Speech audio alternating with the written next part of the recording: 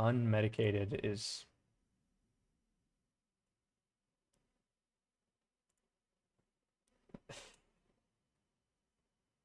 Ooh,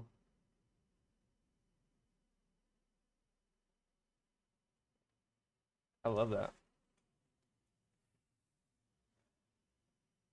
Wow. Okay. Yeah, who knows what this guy's really on about?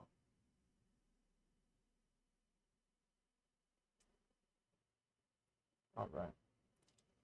No, got this. Sorry, this takes forever, dude.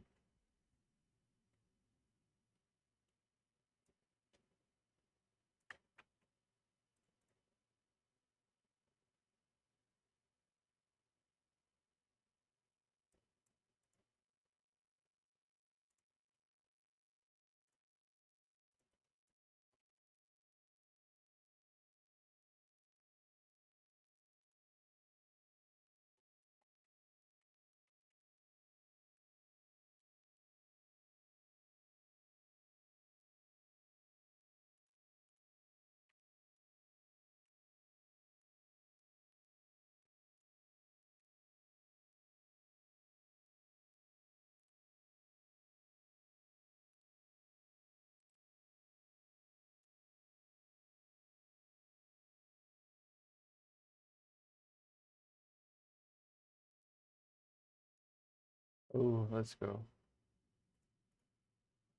There we go. Ooh, do you remember what?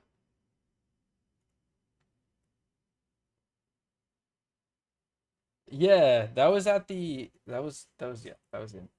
All right. So, let's fucking run it up. So again, this recap's a little bit longer than usual because it's been a little bit since we did this. Hopefully it's gonna be rusty. So I don't know about you guys, but I'm ready. So, no more fucking ado in the chat. None. No more dudes in the chat. No more dudes in the chat. So, time has a strange way of moving in the tide. Oh, who has their fucking speaker on? I'm gonna freak out. Mute yourselves. Thank you. Okay. So, time has a strange way of moving in the tide. Whether days have passed or centuries has become increasingly difficult to tell. When you first arrived here, you believed that you simply had been taken somewhere else. A new world, a strange land filled with magic, monsters, and mysteries waiting to be solved. That illusion didn't survive your first dungeon. Beneath the Harlequin's welcome in the Forgotten Mine beneath the tavern, you faced with the Tithe Warden, the first obstacle placed before you by Eos. What began as a simple battle quickly became. One second. Serve me up. Sorry, it was distracted. It was my dad's mic. What began as a simple battle quickly became something far more unsettling. As the creature neared defeat, reality itself froze, and dust hung motionless in the air. Time stopped, and even though your own thoughts felt suspended, for the first time and only time, Eos stepped beyond the boundaries of your interface. You watched him render into existence before your eyes, layer by layer, until the simple face that had calmly guided you through your HUD stood before you as something immense. An 8-foot figure of crystal light and impossible geometry. He studied the warden as though it were unfinished design, and then he studied you with the same detached curiosity. His conclusion was simple: stress response data incomplete. With nothing more than the movement of a hand, he restored the warden to full strength and resumed the battle though nothing unusual had happened. You survived, but the questions you survived with you. When the warden finally fell, it did not be behind a corpse. It unraveled into fragments of light and geometry, revealing the lights, or the first holocron. The moment you touched it, you found yourselves living in a memory that was not your own. You felt the certainty of someone who believed immediate action was always justified, only to answer with a realization that seemed to echo across the ages. Speed without understanding produces error. That single fragment changed something inside all of you. Leaving the mine, the world revealed itself for the first time. The horizon stretched beyond reason, floating continents drifted through layered skies, and colossal pillars of light pierced the heavens like markers left behind by forgotten gods. Eos identified several anomalies. scattered across this impossible landscape, and left the decision to you. Together, you chose the domain of greed. At first, it was subtle, a single object resting upon a pedestal, and then another. Every item felt as though it had been made specifically for the one looking at it. The deeper you explored, the more overwhelming the temptation began. Gold ceased to be treasure and became architecture. Weapons were preserved, never wielded. Wealth existed everywhere, yet nothing was ever spent, traded, or used. And when enough had been taken, the domain answered. The chamber itself awakened. Scattered piles of coins, broken weapons, and discarded armor rose from the floor, disassembling into unstable constructs driven by a single purpose: to reclaim what had been claimed. One by one they fell, but their defeat was only the beginning. Their shattered forms drew together into something greater, the Horde bound. The towering construct, born from everything collected within the chamber, with the every possession you refused to surrender, it grew more incomplete. Only by releasing what you clung to did its perfect form begin to fail. When the Horde bound finally collapsed, the room felt silent, and it remains emerged another holocron. Once again, the world disappeared. You stood with another memory, holding something of immeasurable value. No enemy threatened you, no one demanded it from you, yet the thought of letting go filled you with hesitation for a single impossible moment. You understand how possession could become identity, how ownership could quietly become obsession. And then another voice found you. Not Eos, not the tithe, but something else. It slipped into the system without permission, speaking to all of you at once. You don't need it. A pause. You're choosing it. Eos was never acknowledged the intrusion. When the vision ended, he simply informed you that the fragment had been partially integrated before failing silent once again. Now, the chamber has grown still. The influence of the Horde-bound has vanished. The weight that once pressed you against your thoughts has lifted, leaving only an uneasy quiet. Before you, the path continues deeper into the domain of greed. The architecture beyond appears different from what you've learned, or from you've seen so far. Less chaotic, more deliberate, and whatever lies ahead was not built to gather wealth. It was built to preserve it. And somewhere beyond those halls waits the one responsible. You all get a notification in your dashboards. Would you like to open it?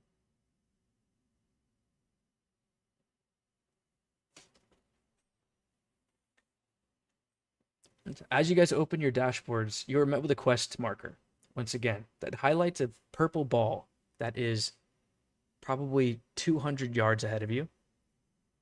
And it's labeled, New Quest, Destroy the Archivist, the first of the corrupted generals. The next step into the tithe begins.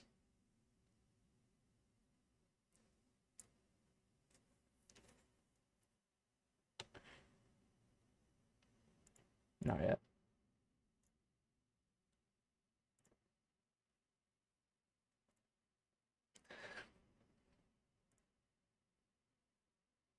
Follow the quest mark.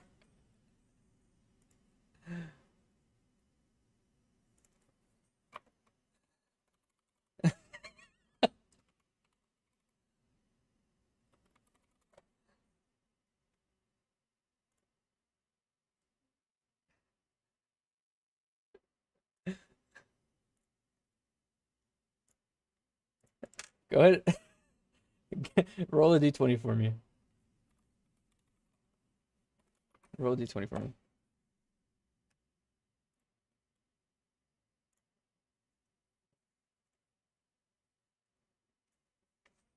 Roll the little d20, and if you roll over a 10, then you're going to roll the big one. And you could treat it as advantage.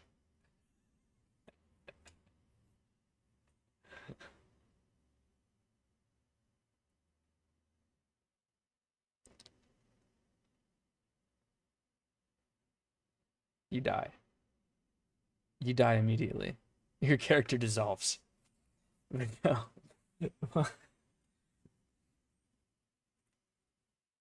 You lose the quest marker. And so on your HUD actually errors. You get an error code around your HUD and you lose your quest markers. So you cannot lead this journey. Yes.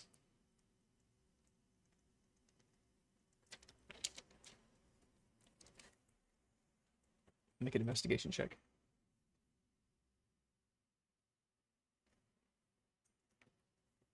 Sounds just as bad as your normal voice. So I'd say it's a win. Okay. No more fucking off, Tyler. No more fucking off.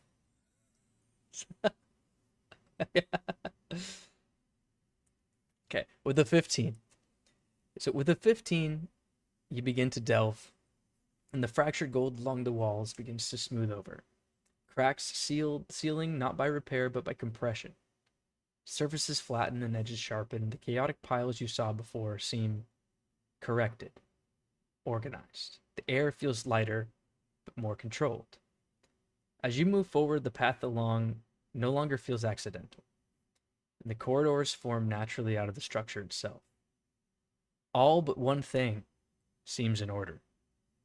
You see one of the floor tiles is slightly shifted, and it seems to be rotated.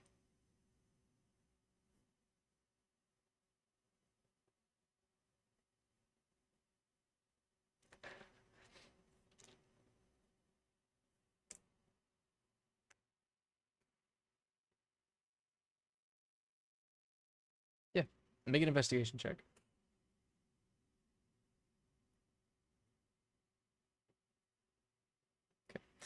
With the 13, you can actually make a sleight of hand for me.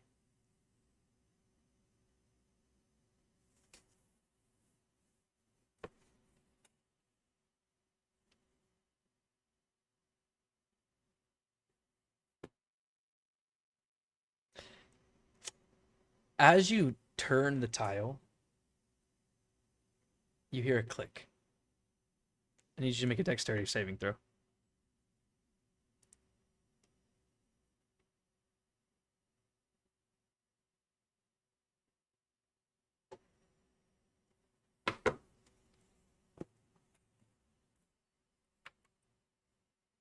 Very cute. 12. Okay, so with the 12, you just pass. So you're able to duck, and you hear just as it seems there's 3 tubes on the side of the wall that opened up, and it shot gold all the way across the other side of the hallway. Gold coins, solid gold, almost like bullets.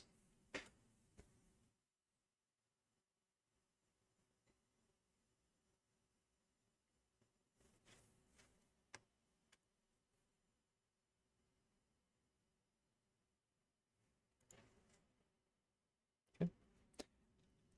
As you pick the gold coins up, your group is then added 3 additional credits.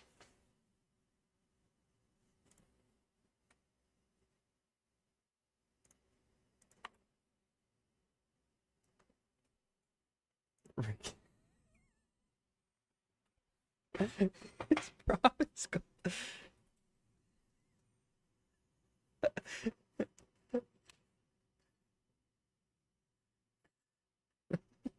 So,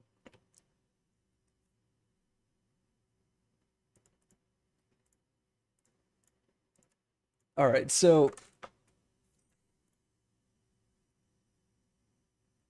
Fluffy McTumbles.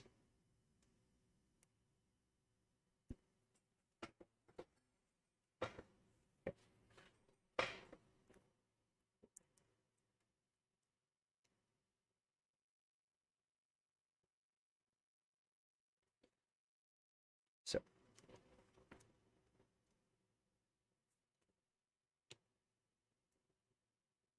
second. Well, I don't know. Oh, that no, that's a different thing. Let's let's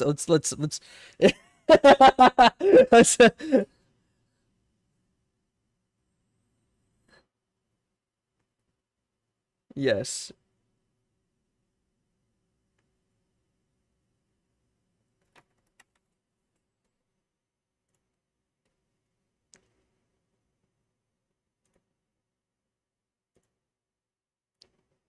Wow, got it.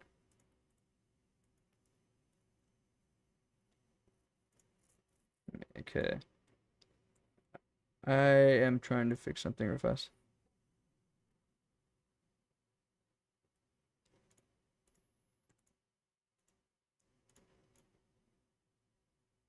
Oh, here it is. All right. Tell me if this does this work? Is this working?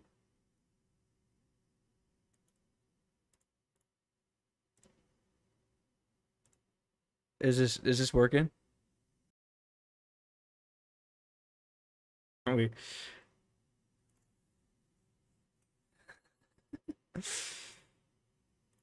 Oh my goodness. All right. So as you go down the hallways, you get another notification on your dashboard as EOS appears.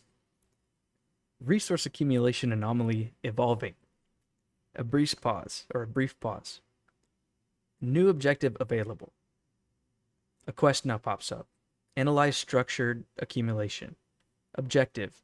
Investigate interior vault systems. Completion condition. Identify method of access. Reward. Data integration plus fragment probability. Sorry, can you hear? Is the voice working? Oh, sorry. My bad. So, initial environmental display uncontrolled aggregation. Current region indicates system refinement. Proceeding may yield insight into optimized retention behavior.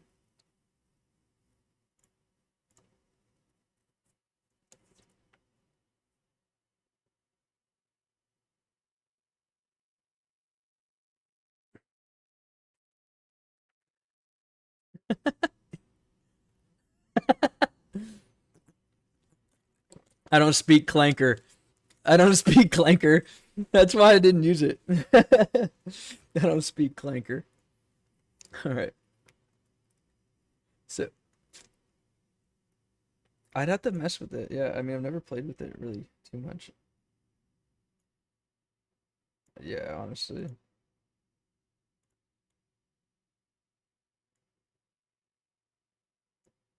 Okay. So you guys just proceed. As the tank proceeds, the rest follow.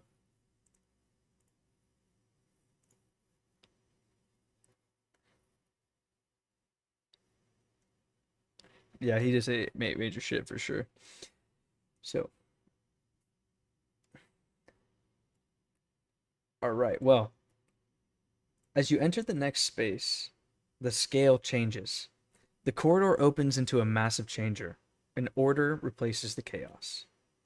Rows of structures extended in perfect alignment, vault-like compartments, display pedestals, sealed containers, each holding something of value. Gold is still present, but no longer scattered. It's embodied or embedded, layered cleanly into the architecture itself.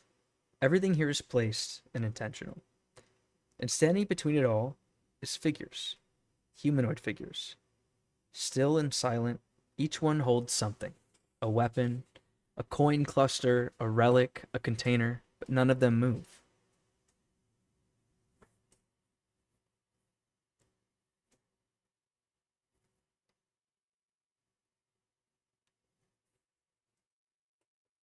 Roll it up.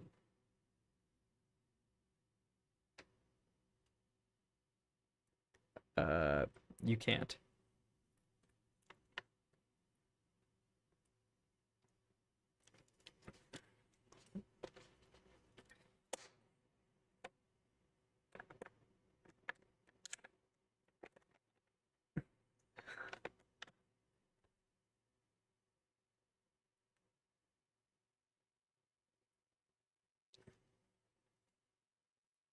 Yeah, roll a d20 for me, Isaac. If you roll anything under a 10, you break them. Yeah. Okay. So you do find them. They were in Isaac's character's pocket.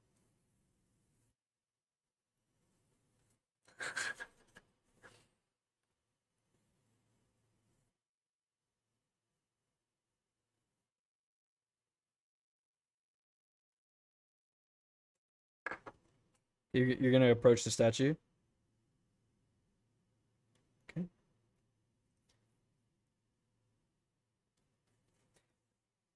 Make an investigation check.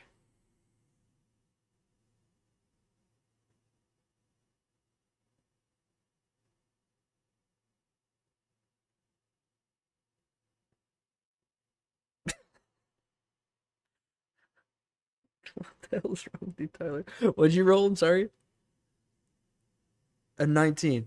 So with the 19, you would notice that each one of the items that are in the hands of these statues aren't part of the statue, and they can be removed.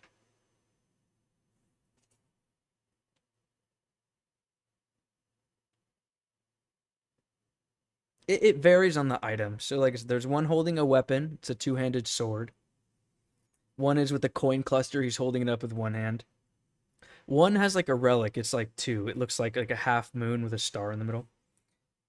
And the other one is a container. It's like a gourd. It's on the side like an arm.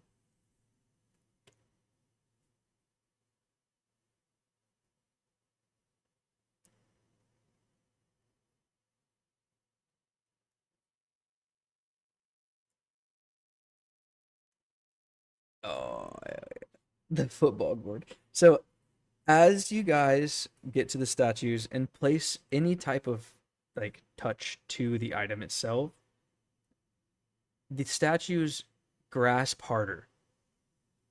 They don't initiate, they don't move, but their grip becomes firmer.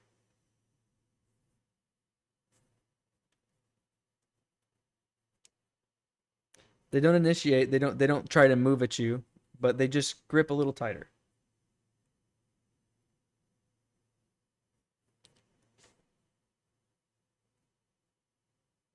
Yeah.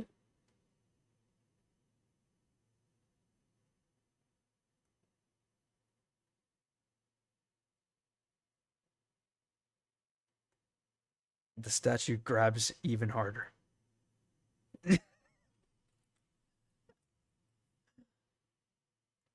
And then it winks at you.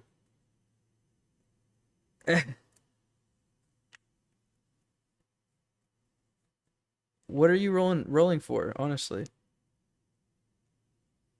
What what did you just what did you state? It's just rolling dice. Goodness.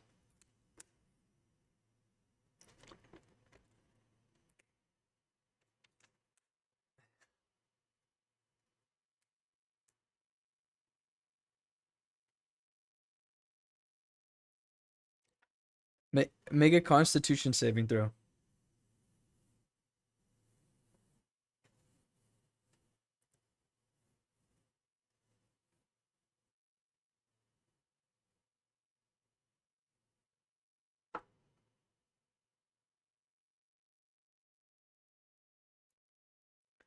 So nothing happens to you, but you are beginning to feel tired.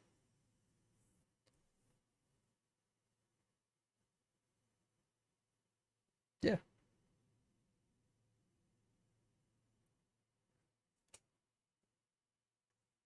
Make a persuasion check.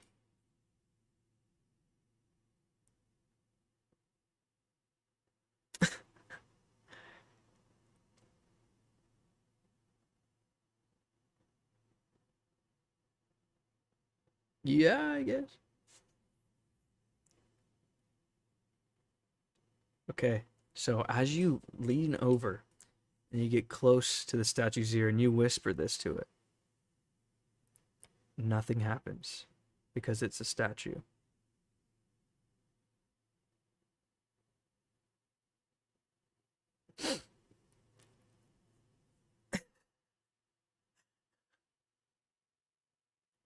I want you guys to make a group intelligence check, please.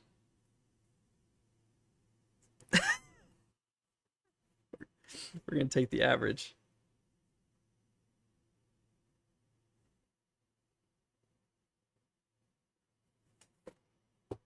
A negative one. A negative one.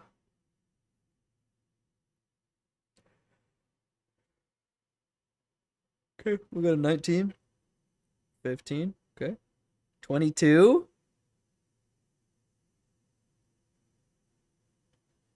We got like a 18 average, 19 average going on so far. What about everybody else? Not 20? Okay.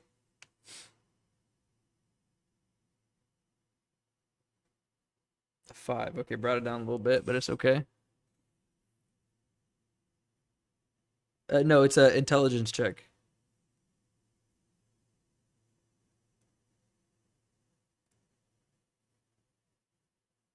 Okay. Well, still a pretty high average, to be honest. With that group roll, you guys can come to the agree like understanding that nothing here is meant to change hands.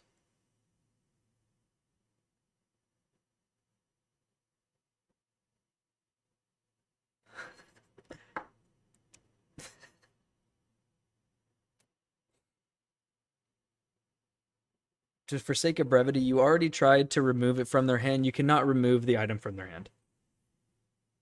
Doesn't matter how hard. It doesn't matter how hard you pull.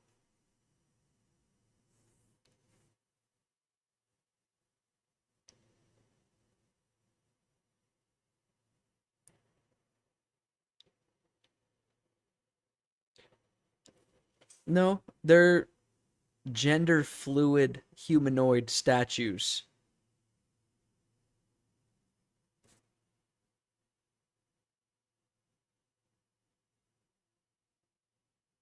One is holding a gourd, one is holding a sack of coins, one is holding a sword, and then one is holding a relic of a moon.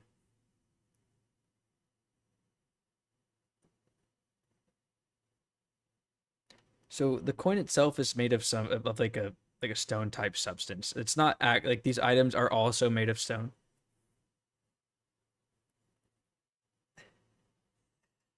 No, it's funny to watch you guys struggle.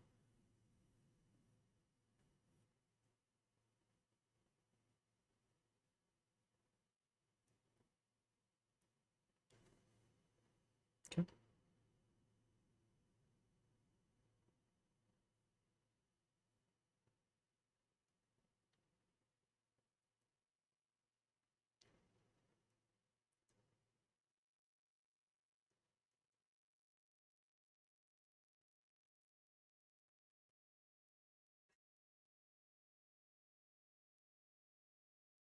Make a what's it called? Make a persuasion check.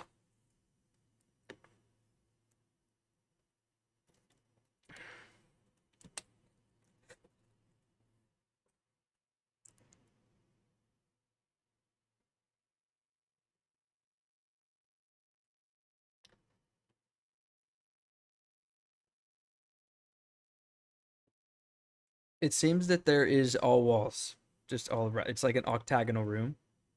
The only thing in this room is these statues.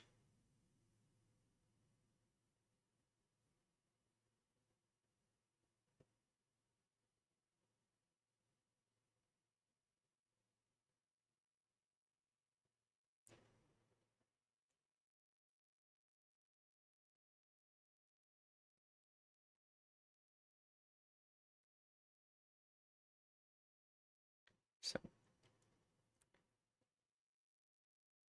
the corridor opens into a massive chamber. Order replaces chaos. Rows of structured extend or rows of structures extend in perfect alignment, vault-like compartments and display pedestals, ceiling containers, each holding something of value. Gold is still present, but no longer scattered. It is embedded and layered cleanly into the architecture. Everything here is placed. Everything here is intentional. And standing between it all are four figures, humanoid, still, and silent. Each one holds something. One, a two-handed sword. Two, a sack of coins. Three, a relic of a moon. And the final, a gourd or a water container.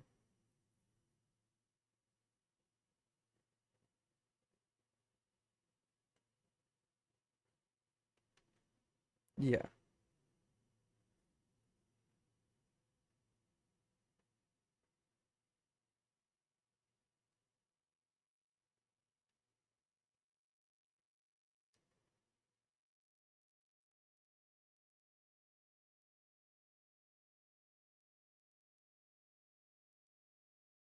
Make a persuasion check. 16. So, as you do this, looking past you The statue turns its head and begins to animate. They then all four of them begin to move. Slowly and deliberately, they reposition, blocking the only pathway in, just walking towards the entry, closing in all access. No aggression, no attacks, just to control the space.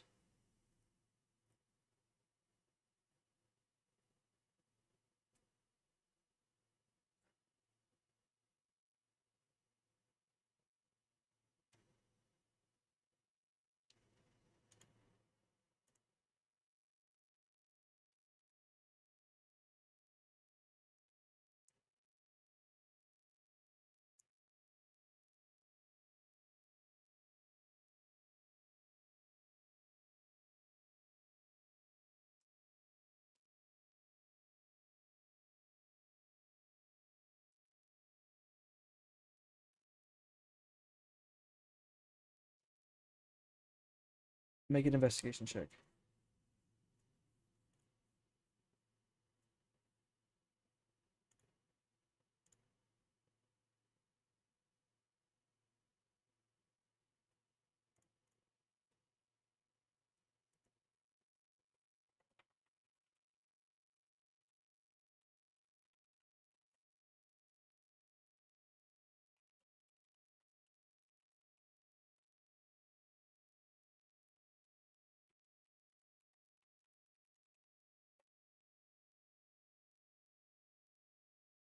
So, what is your intention here with your 7?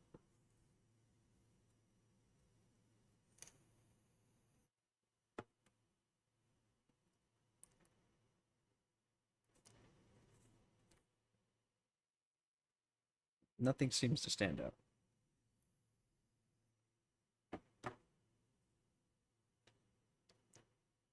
Okay. Okay. And what do you do when you stand up on that?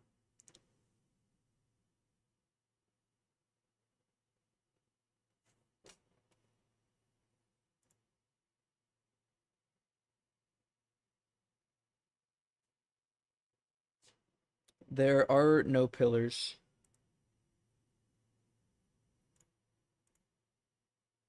Not yet, no.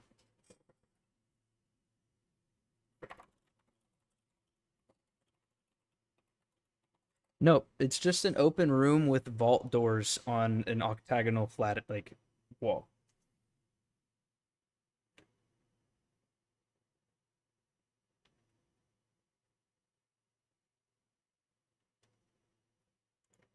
Yeah, it's no longer accessible to leave, but the pillars are vacated.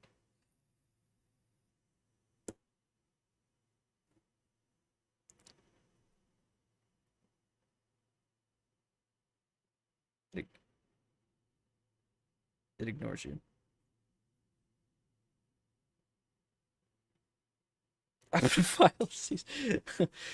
In fear of legal repercussions, it retreats.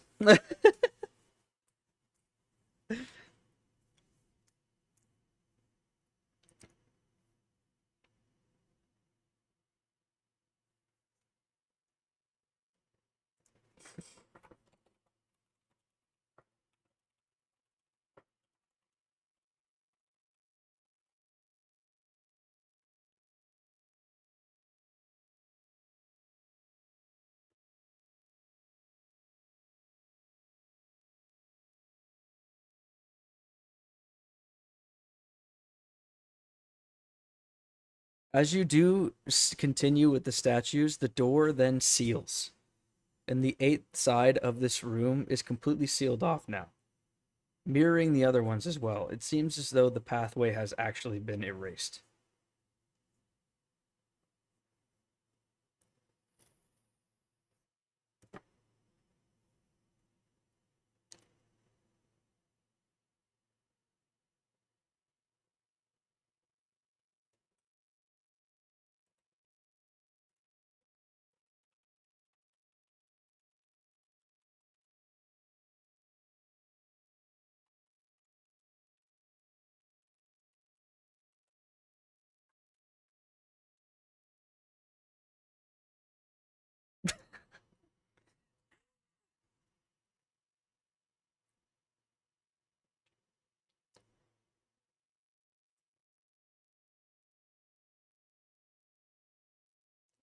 I'm gonna die in this house.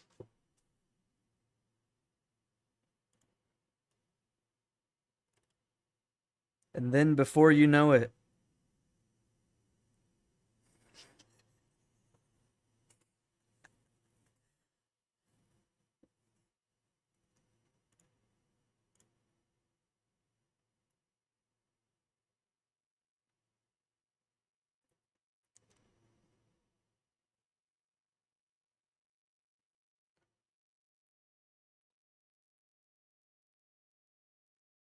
I'm sorry, what was that, Caleb?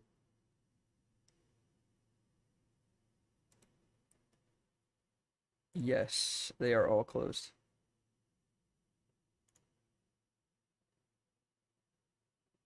Okay. Make an investigation check.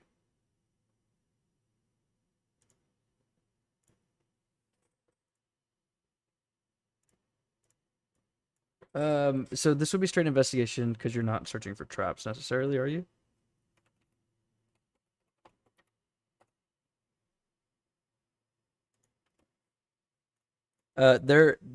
They are locked, yes.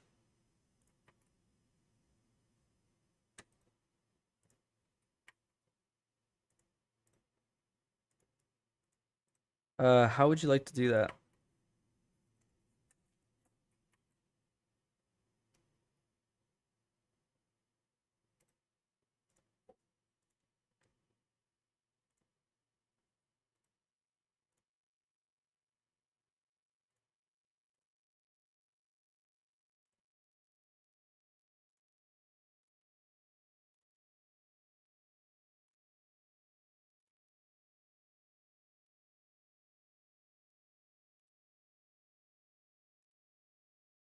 Make a luck pick check. Or I guess that's sleight of hand.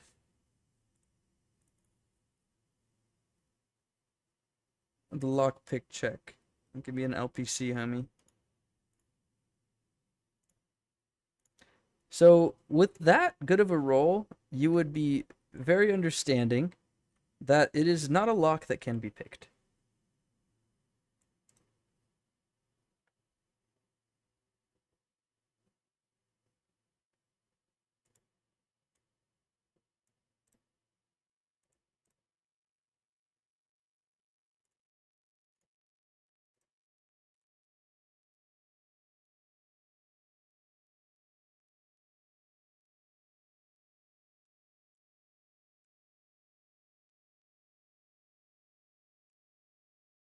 Okay. Uh, make another sleight of hand check or investigation check.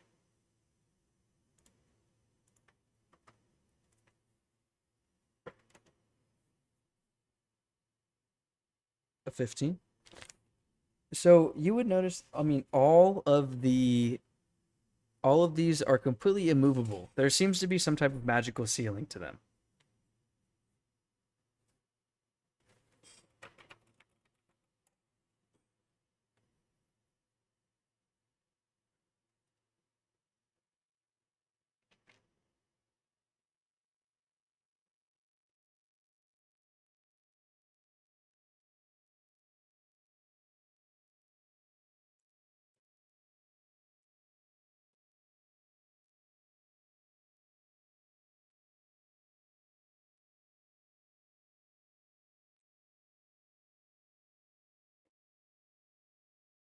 They're immovable.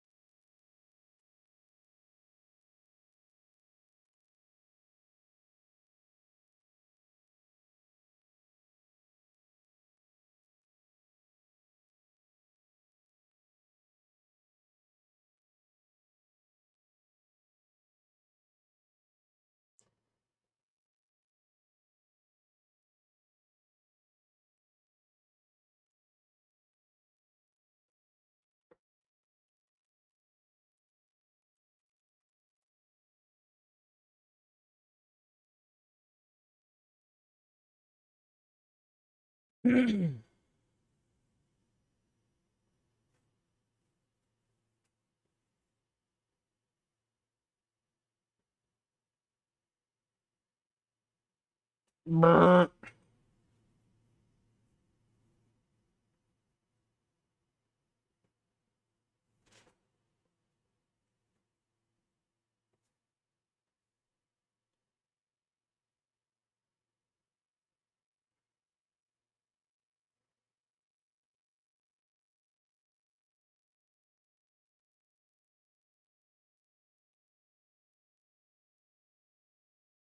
Make an investigation check.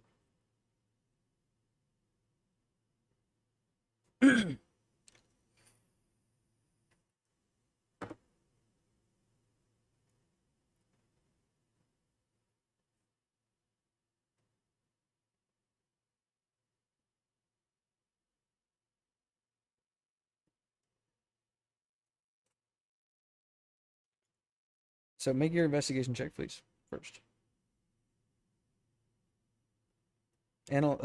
Make your investigation check first.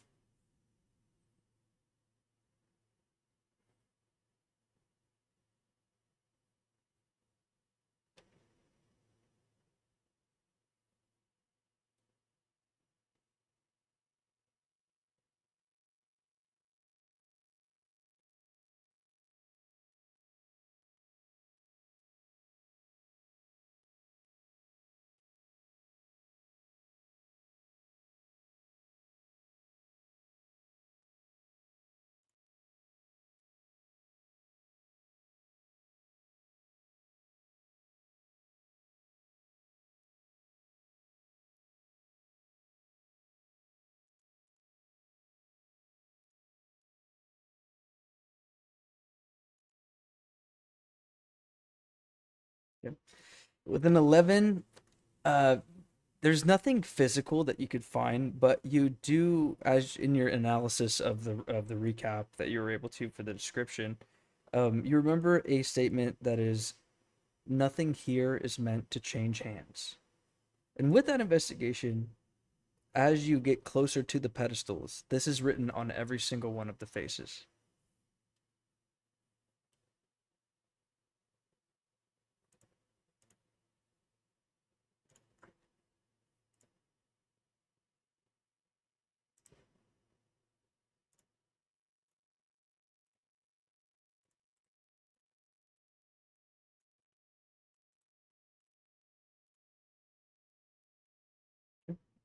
What do you do on the pedestal?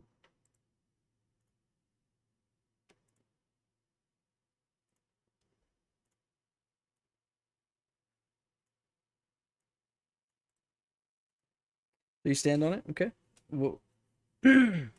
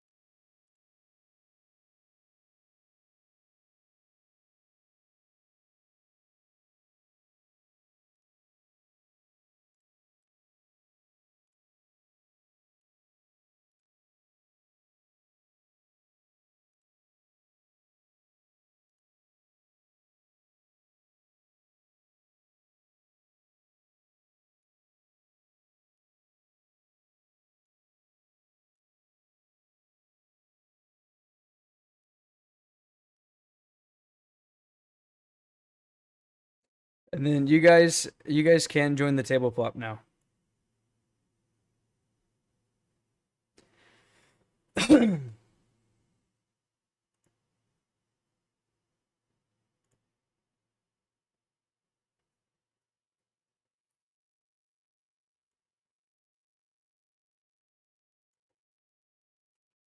Okay, it's very hard to scale a two-dimensional fucking picture. All right, listen here. I don't know what you want me to do.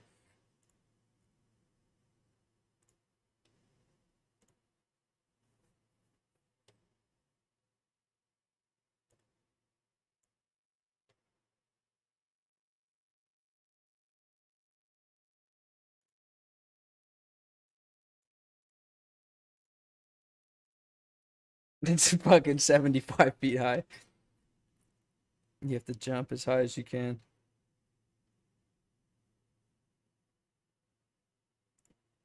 Yeah.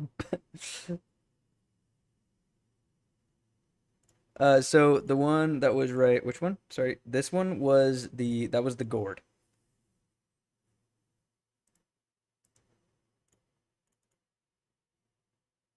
The gourd. So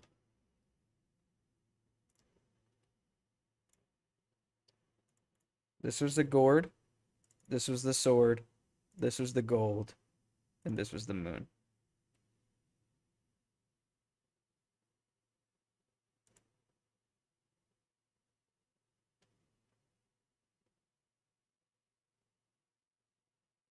Okay.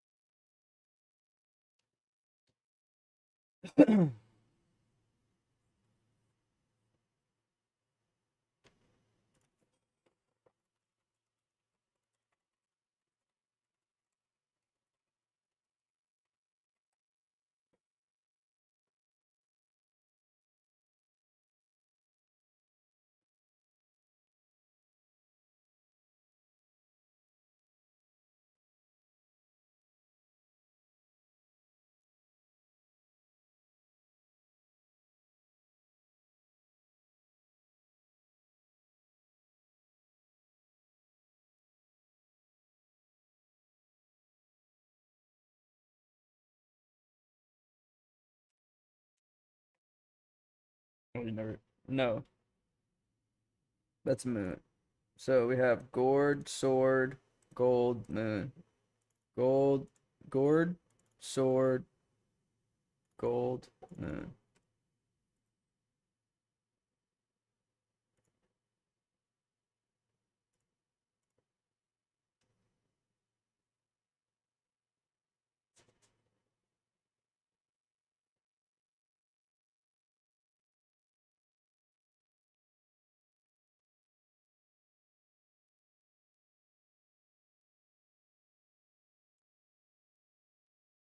All right, you put you on that podium. Okay. As you guys all, as you guys man these positions, the what's it called? One second image. Let me get this real fast. What?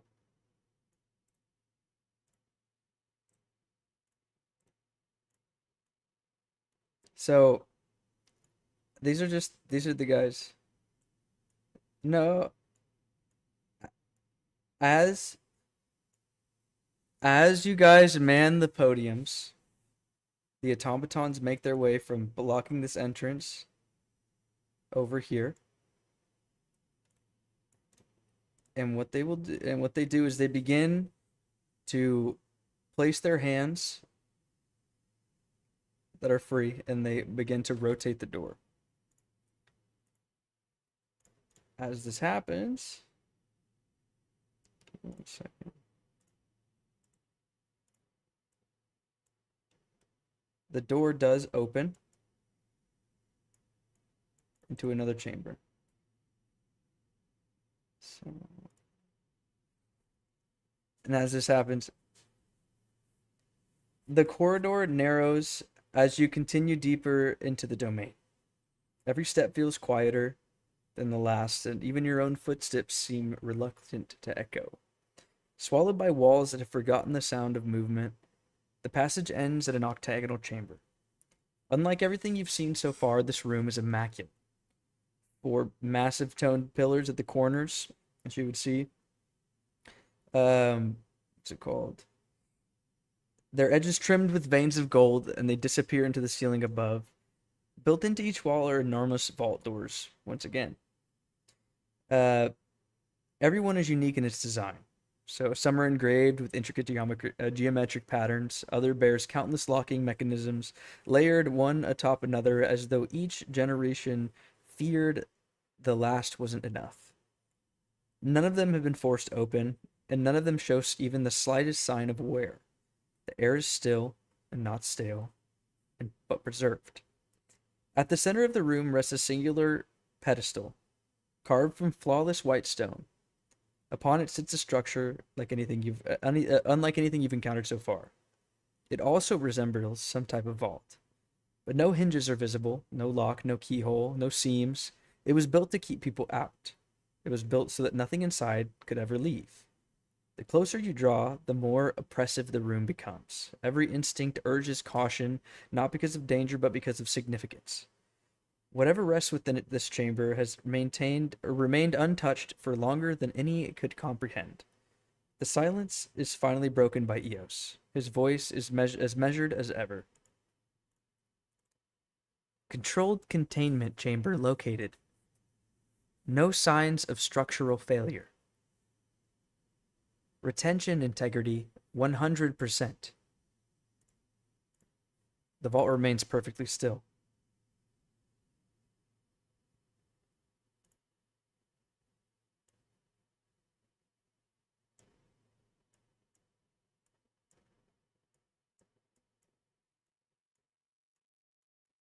Yep. This main thing is a vault. The main thing in the middle.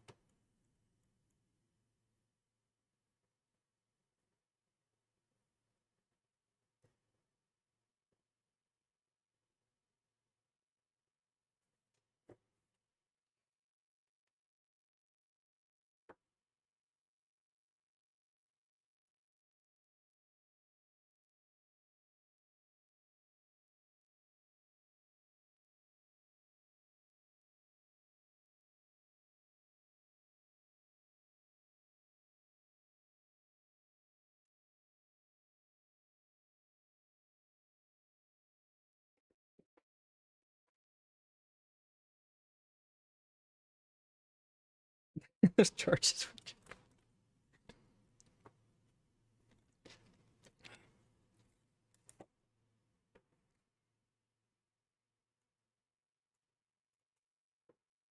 That is insane.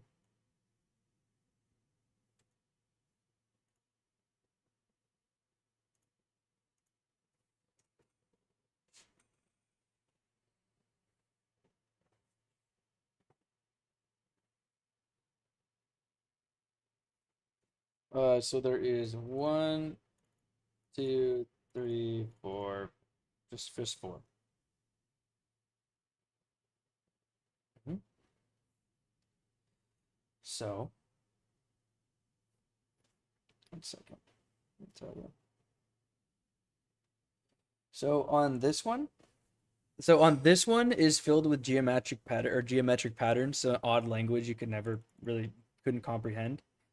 This one here in the middle has just one singular magic sigil, and this one over here has numerous just locking mechanisms on the central slit, like dozens of locks. This one over here is just like a single key lock.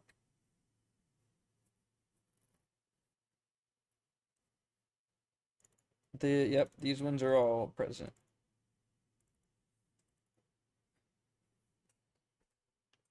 No.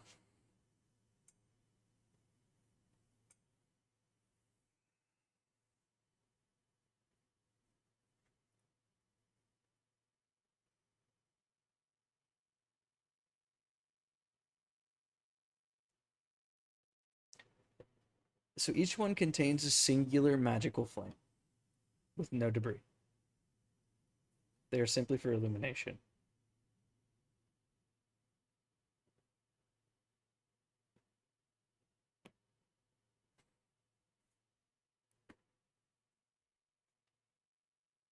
There's one large vault. That's a large vault that can be opened in the middle of the room.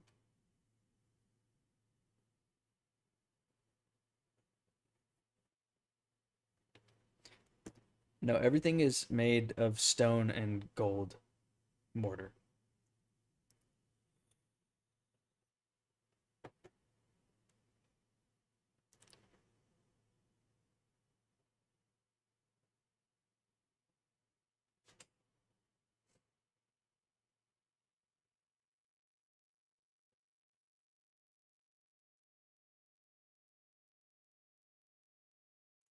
Oh, this one, it's a it looks like a sigil.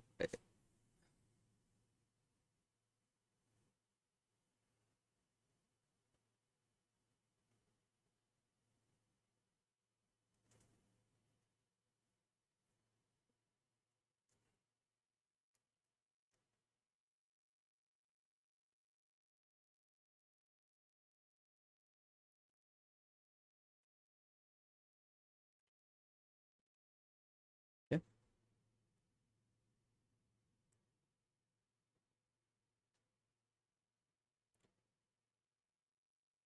Make an Arcana check.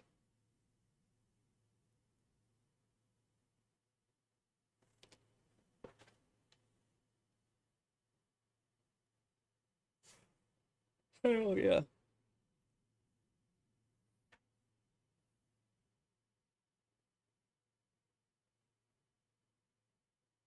Okay. Well, the 21, so you would know that is a sigil that is usually represented for death.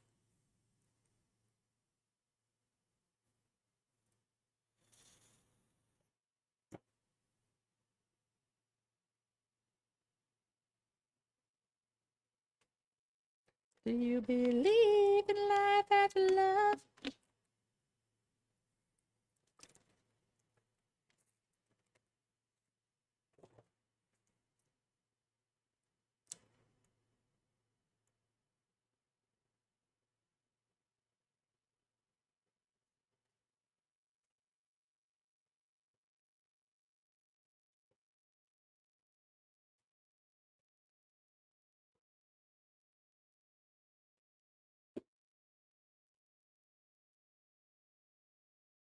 Which other two? So this one over here has dozens of random locks on it. This one has a singular keyhole. So we're gonna go back to Caleb because he wanted to try something. So you're gonna go to the central vault.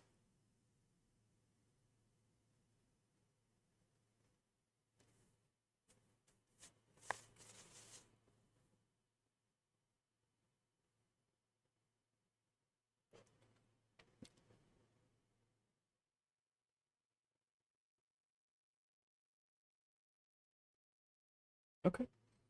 When you do that, the sigil does glow, and the centralized vault unlocks.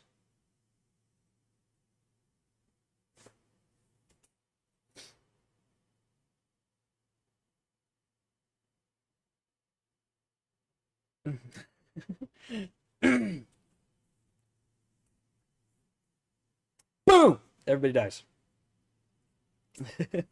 That's a good campaign, guys. Fun times, good time.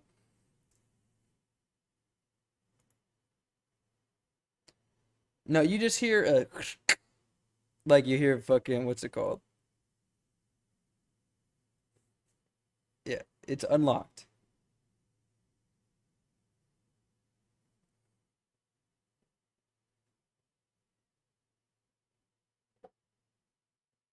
It's a Lang vault.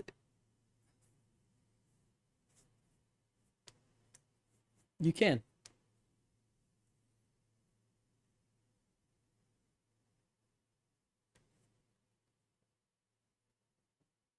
make an investigation check as you do this.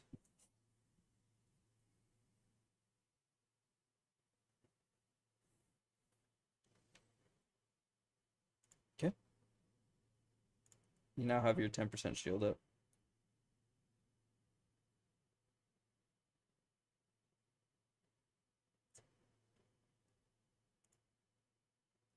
Yep, investigation.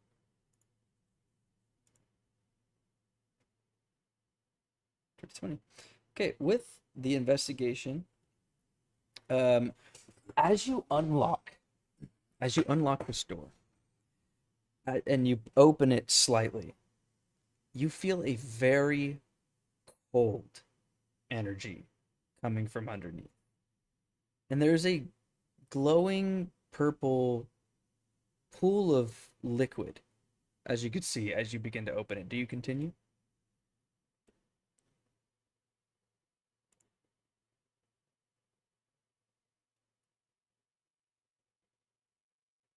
The liquid is in a constant state of like almost it looks like a controlled maelstrom.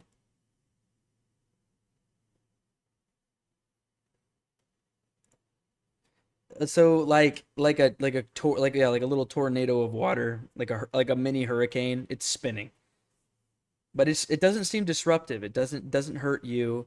It's just giving off a very cold, like almost like breeze, and it is purple liquid.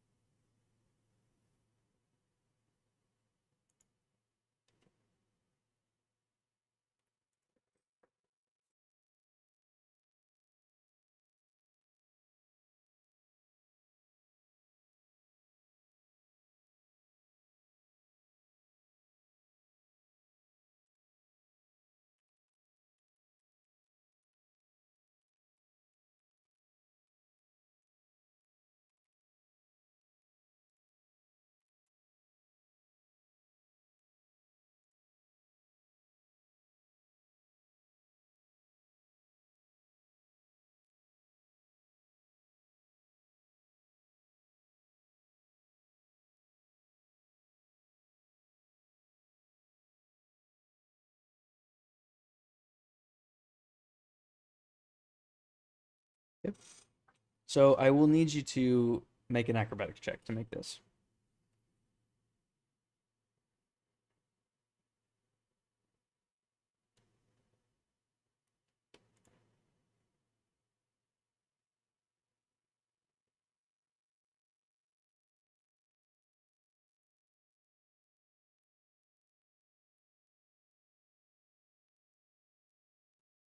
17. Okay. So you are able to pull this off, and the vault does open. With that, the spinning pool of water, or you just assume water to make it easy, uh, continues to rotate, and it does kind of funnel down inward. It is inviting.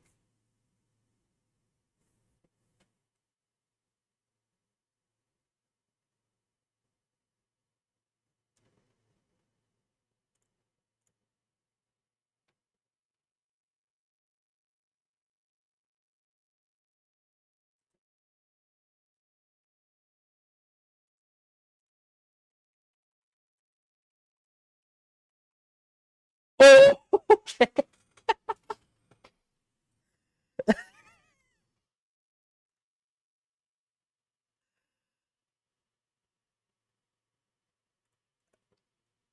Okay, you're doing that?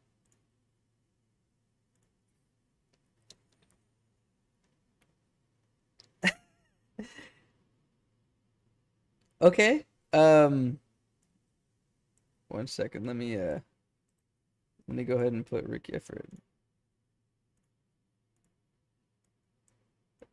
So Ricky jumps into the vortex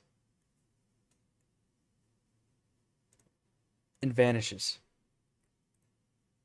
The door that once had the death rune opens.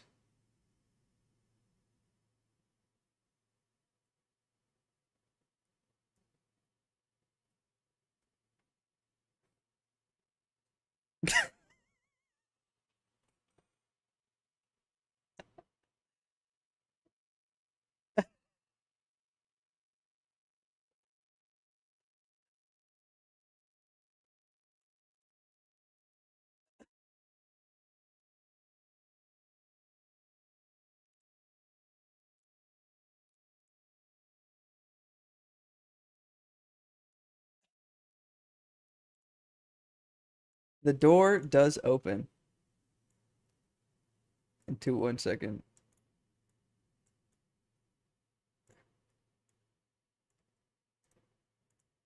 He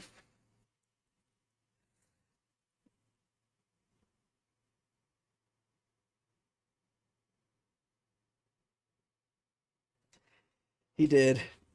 He did.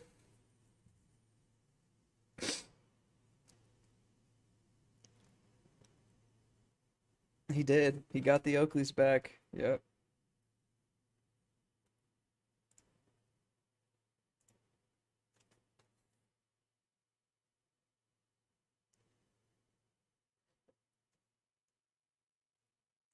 As you open up into this room, you're met with a large, it seems to be study, with a throne of gold.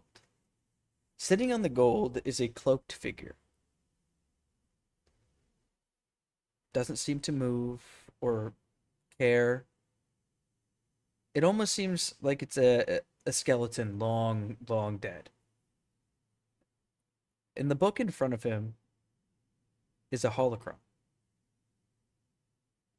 a 10-sided kind of twirling of code that sits above the book.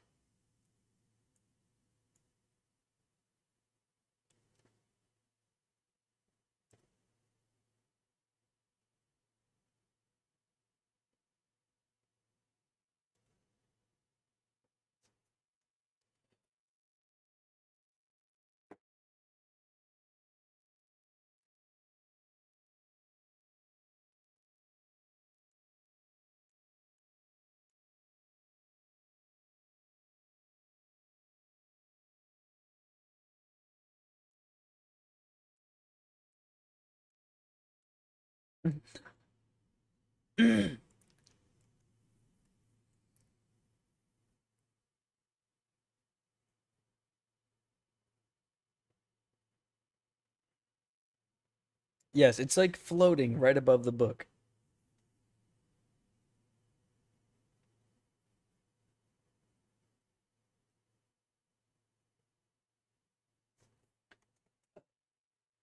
It looks like Phyrexian text if it's what it kind of looks like if you've ever seen a Phyrexian card.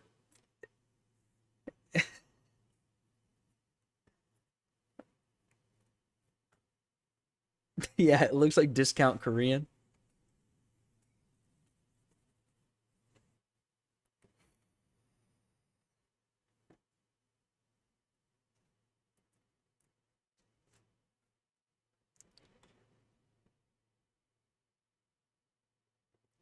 It says touch to interact.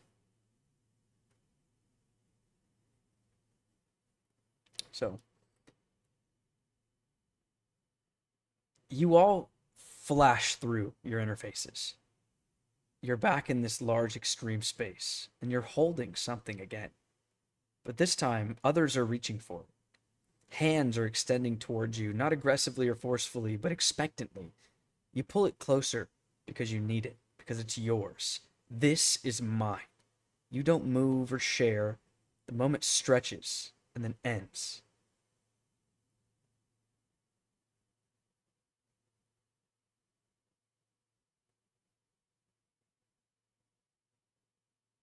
You're holding the holocron, but then when you come back to the space, it's gone. But then underneath it, the book seems to actually be legible now.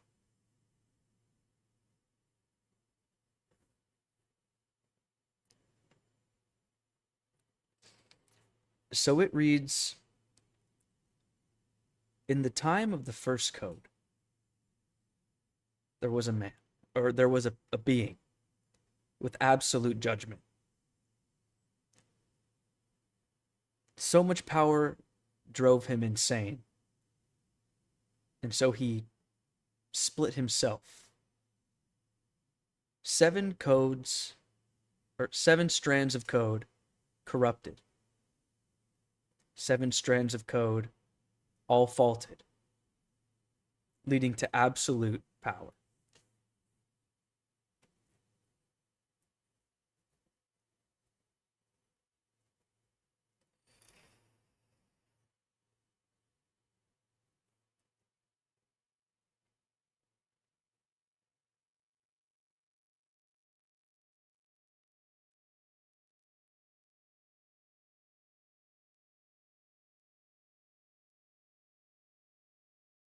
No, so it's just like holding onto this book on the edges, like like it died reading it a long time ago.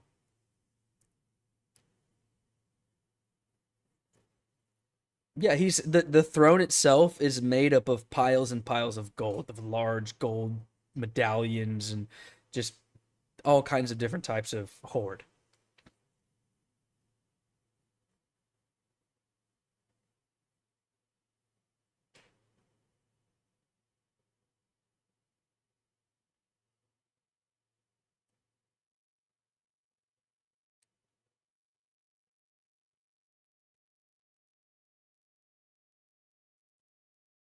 As you take this book, your HUD flickers, almost as if your user interface is being manipulated. And you hear a similar voice to Eos. But this one, it seems like it comes from a different place. And you just hear, and if it's yours, why would you ever let it go? And then the HUD flickers back to the more recognizable colors and layout and UI, and Eos does not react.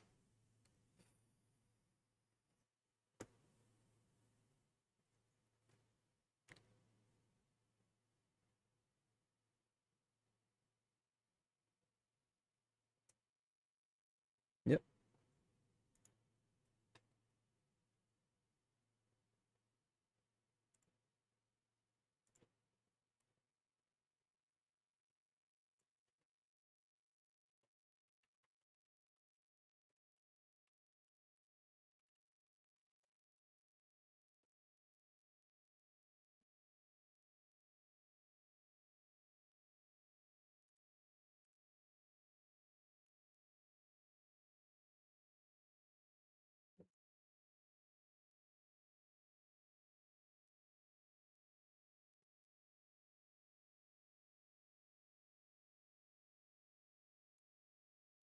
Please upload for analysis.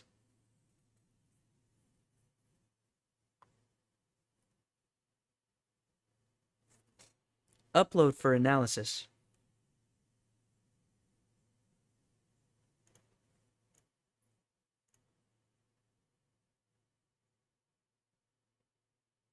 So, as you ask this question, you get an achievement. It says player subclass archivist. And so with that, you get the ability, you get just a straight up ability called upload or download. Sorry, you get a download ability and an upload ability. So you now have the ability to find different types of text or different books or items or whatever it may be, and you can upload it to the Tithe. You will gather its information, and then if you find something in which can accept code, you can then upload those things sometimes to unlock doors and things like that.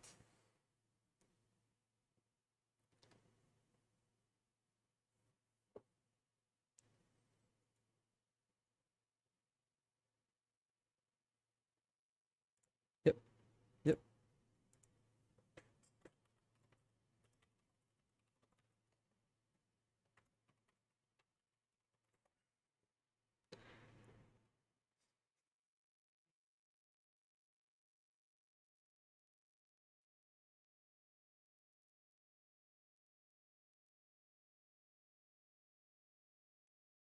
You are Chat GPT.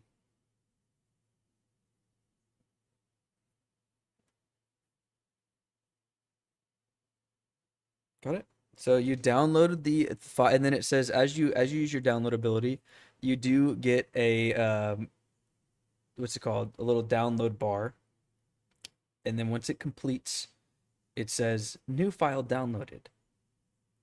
Book of the Archivist.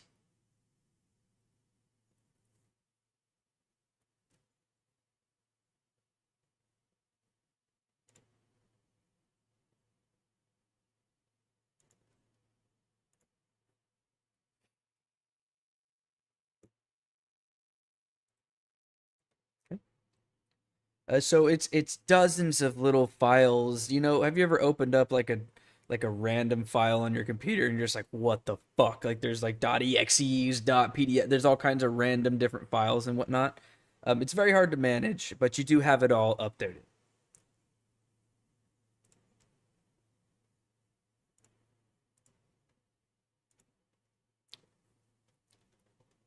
So as you upload this file, so as you upload this file,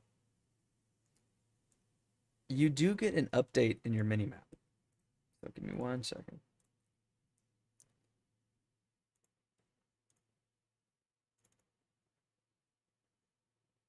I'm sorry, let me delete some things real fast.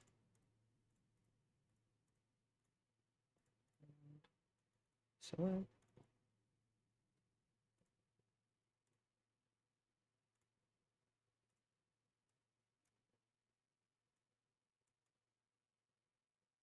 Let's get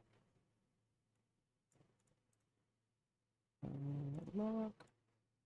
You get an update, and so you can see that there is a room beyond the one in which you are in. It seems to be behind the door, directly behind the skeleton.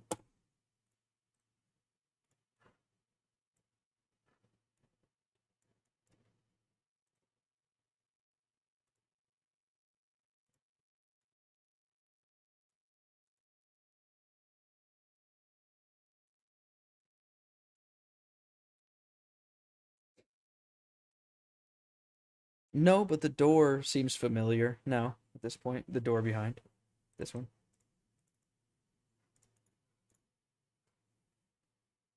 No,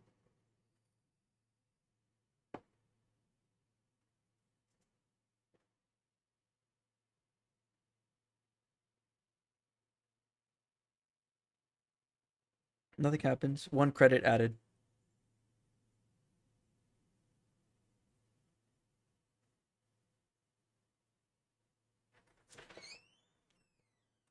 So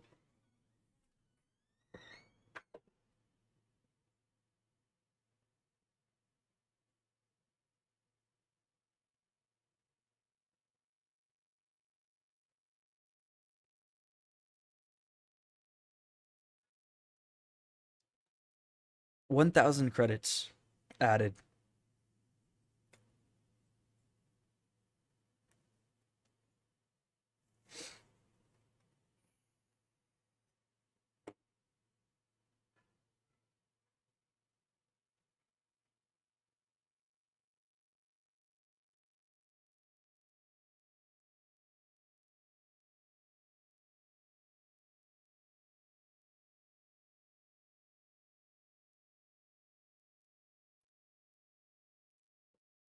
It looks like it disintegrates into code and then funnels into his hand.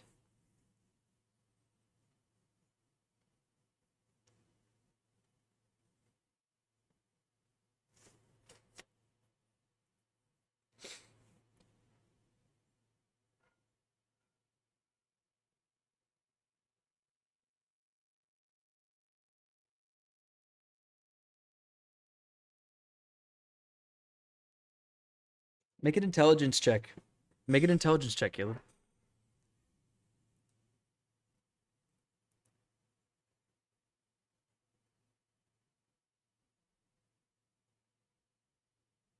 Okay. You, with the information in the book, it recalls that similar to a bag of holding, if you know what you're reaching for, you can take it out.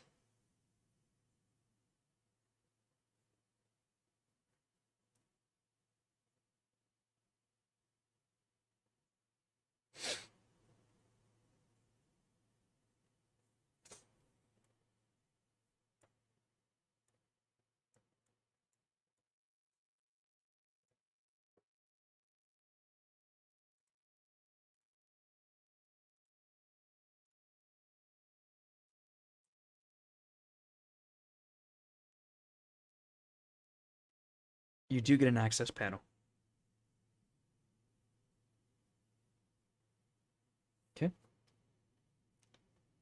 And what would you like to access?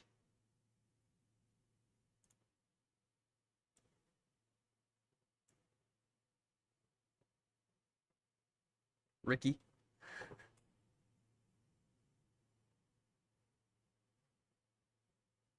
There is.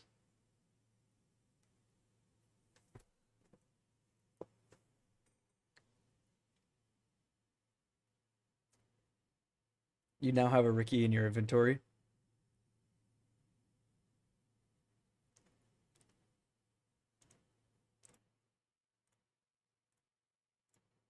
And before you materializes your lost friend.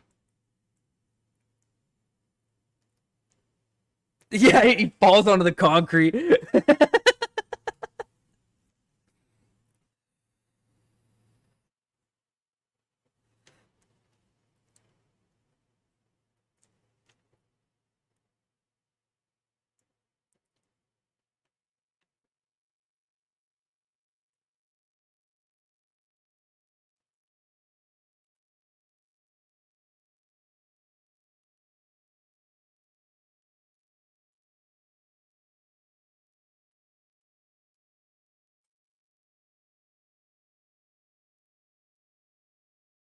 It's only searchable. You can only recall items in which you know of.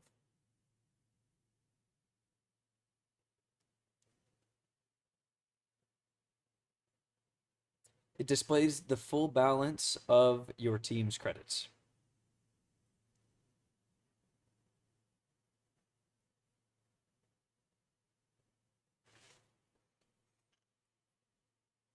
It'll display all weapons that your group possesses.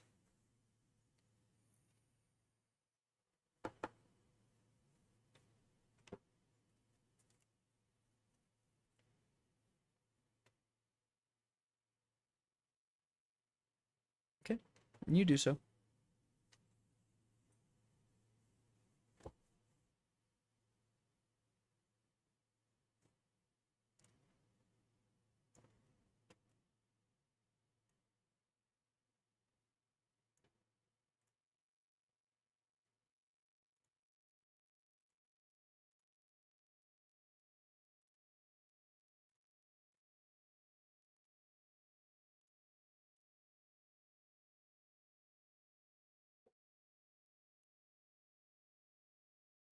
I know, I fixed it.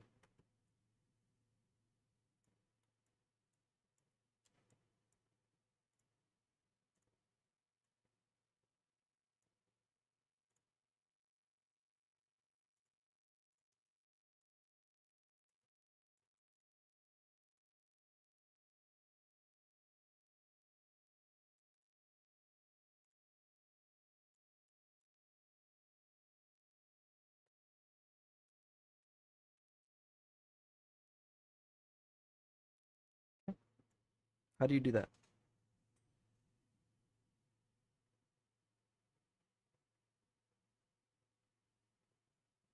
How do you do that?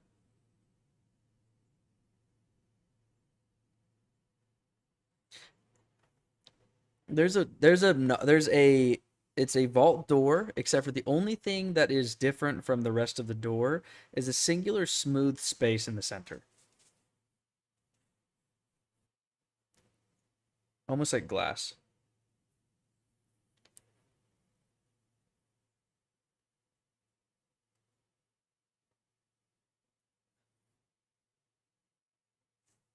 It says tap to interact.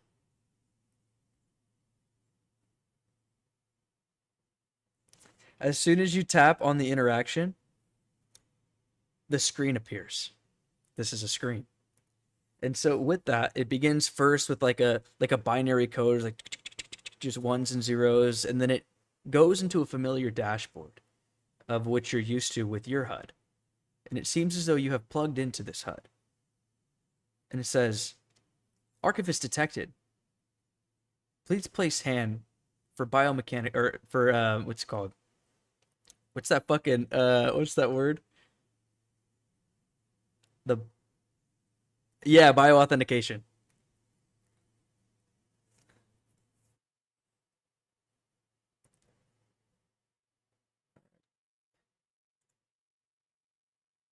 Okay. As you place your hand, it is scanned. And it says access granted. And it does unlock.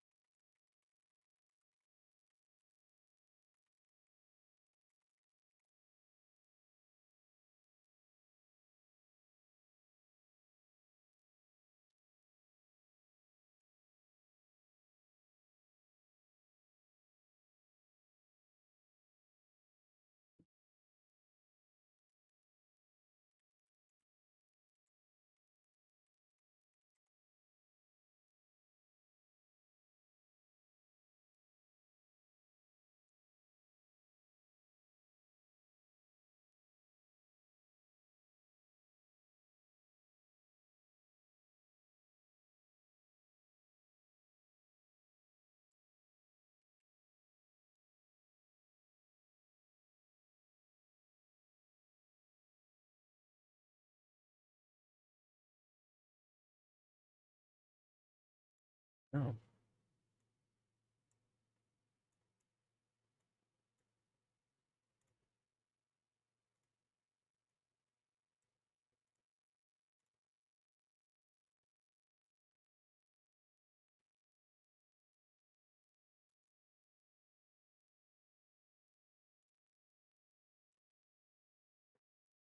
As you move deeper past the controlled chamber, the environment shifts again. Not visually at first, but audibly. Sound becomes muted entirely. Footsteps do not echo, armor doesn't clink. Every breath feels dampened, like the space absorbs excess. Then the architecture changes and renders. Everything is aligned perfectly. The angles sharpen, and every surface feels deliberate, measured, and reinforced. The gold is no longer decorative, but structural entirely. This isn't a place that gathers things. This is a place that keeps them. EOS appears on your dashboards. Sorry, where's this? What the fuck? Core accumulation zone confirmed. System priority retention. Proceed with caution. Then hold on.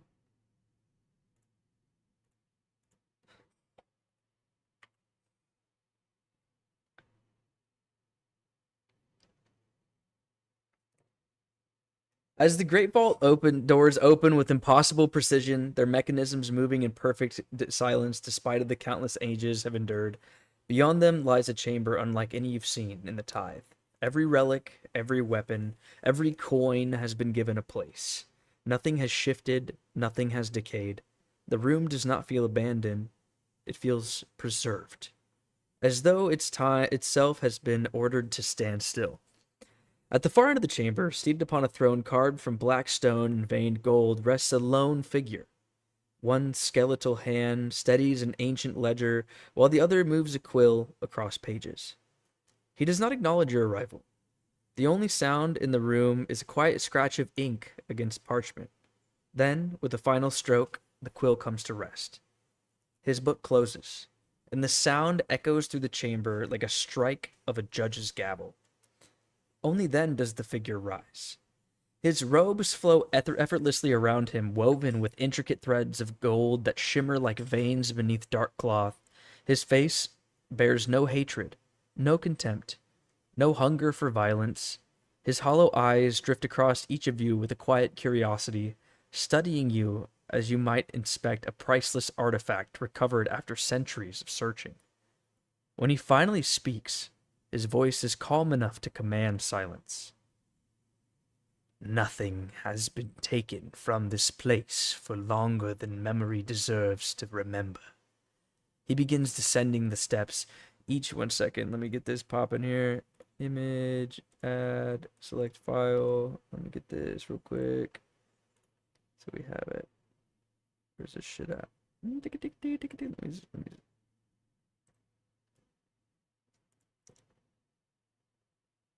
No pause game. You don't have that ability yet. Sorry. Open. Oh my god, come on. Delete, delete, delete, delete. Alright, sorry, I'm trying to upload something real quick just to make it easier for myself.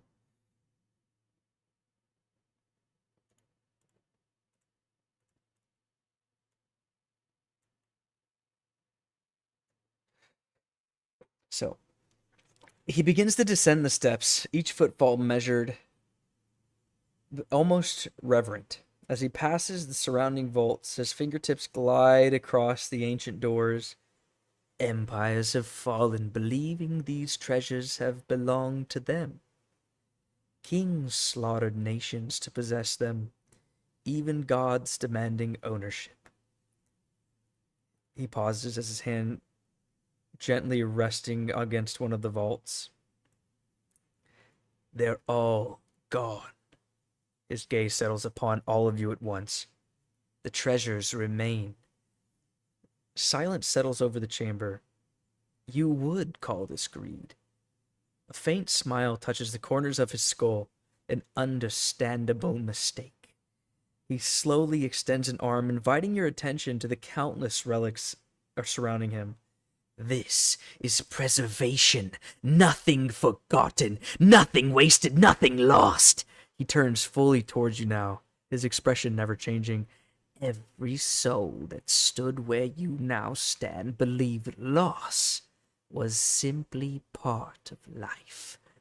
I refuse to accept that answer. His eyes fall to the weapons at your sides, the packs upon your backs, and the trophies you've carried since entering this domain.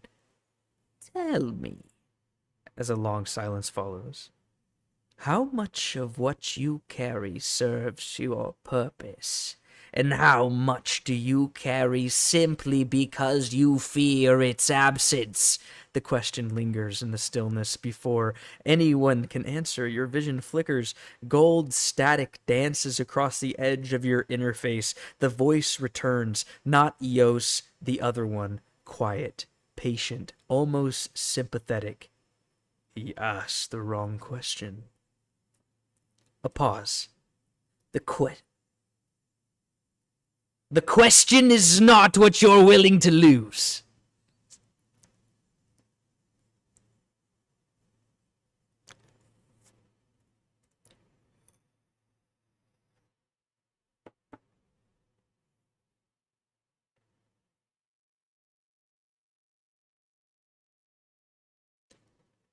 Well, is anything worth keeping ever should be lost to you?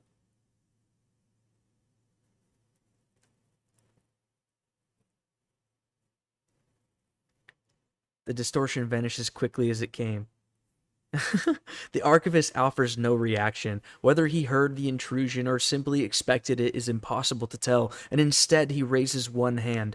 Golden light races through the floor beneath your feet, illuminating intricate lines that spread across the chamber like veins, awakening after centuries of dormancy. The massive vault doors behind you seal shut with a thunderous finality. One by one, the towering pillars surrounding the area ignite with a radiant gold light, bathing the room in a solemn glow.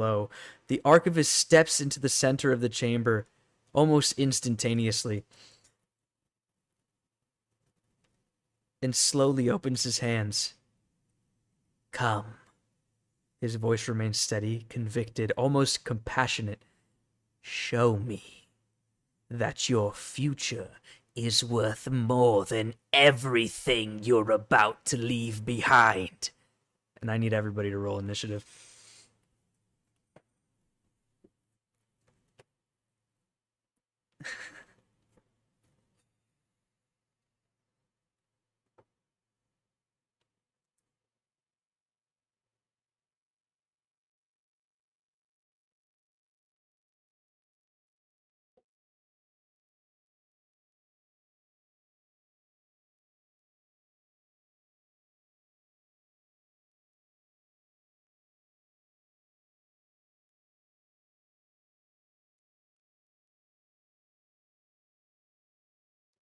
Huh?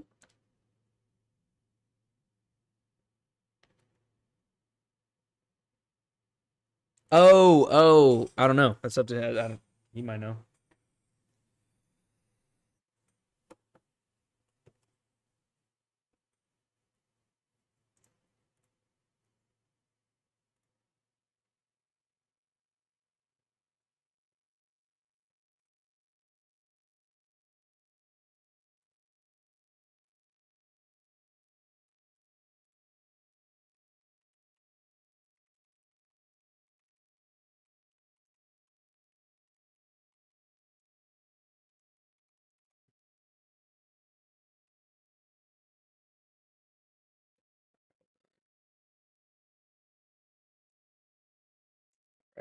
We can't type it in. So we got Isaac got a 16. Can you guys type it in tabletop? That way we have it.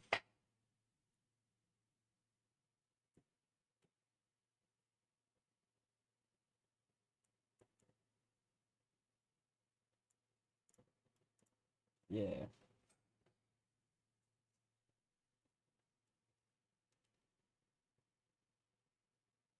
Beautiful. A 49. You're hella fucking silly. Crazy initiative.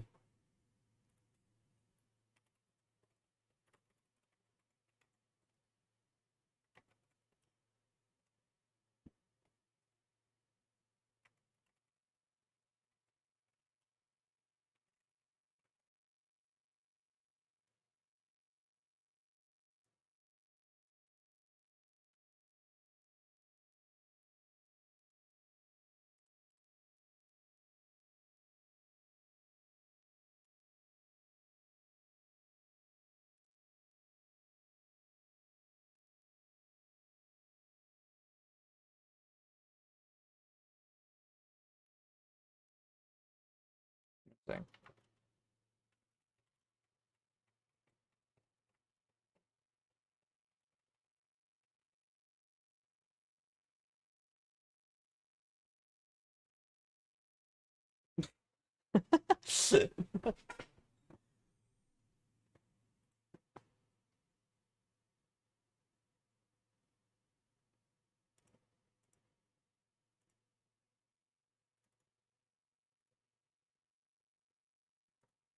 One second. Oh no, we're done. No more. No more. 1 second. I'm getting something for the first phase. Give me 1 second.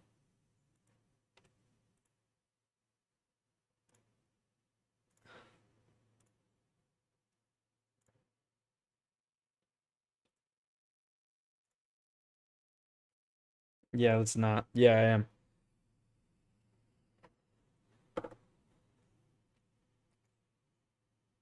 1 second. 1 second.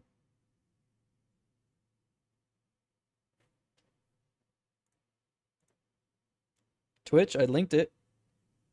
Follow me, bro. If you have Amazon Prime, sub to me.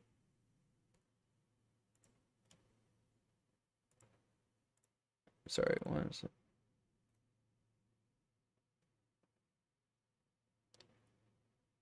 What the hell is going on?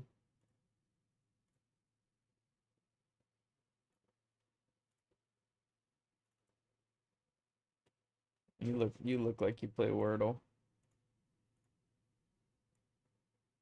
So as he as he does this in the middle, a golden dome does surround him that is impenetrable. And from the four pillars in the building, out come four golden guardians that begin to march towards the central location. So I'm gonna go ahead and roll for them. 13. They go on a 13. So I would like us to begin. So at the beginning of the initiative, we have Tyler.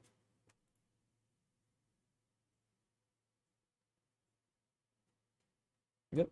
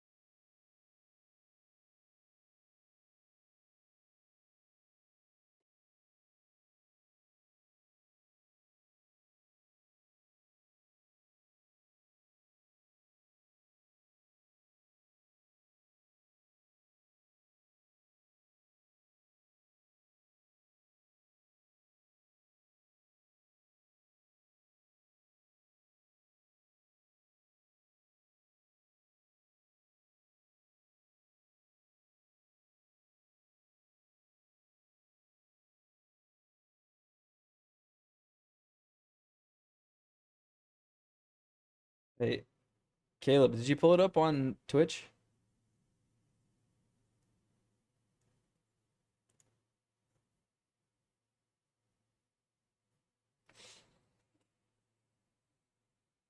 All right.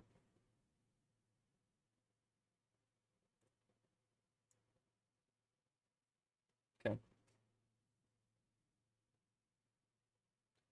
Hit. I want to see if my overlay works too, so just hit follow real quick.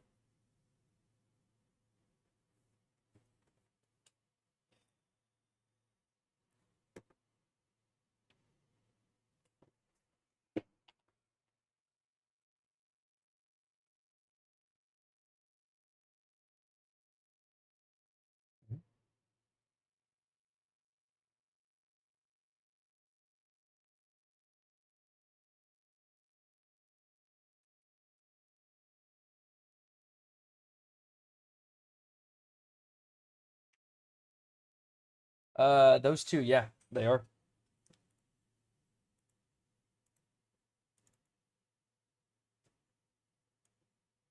The overlay didn't work.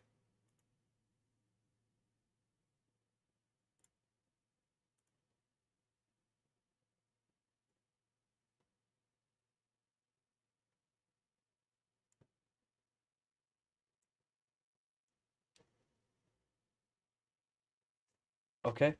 So, uh, you have to roll the hit. Yeah, you have to roll the hit. You doofus. So, yep, for each one.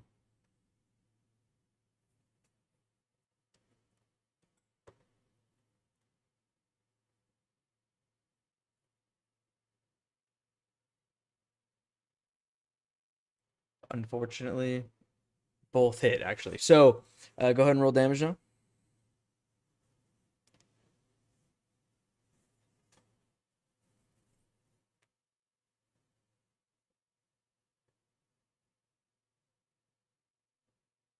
Okay, so 25. So both of these health bars will go down by 25% on your guys' combat dashboard. So we have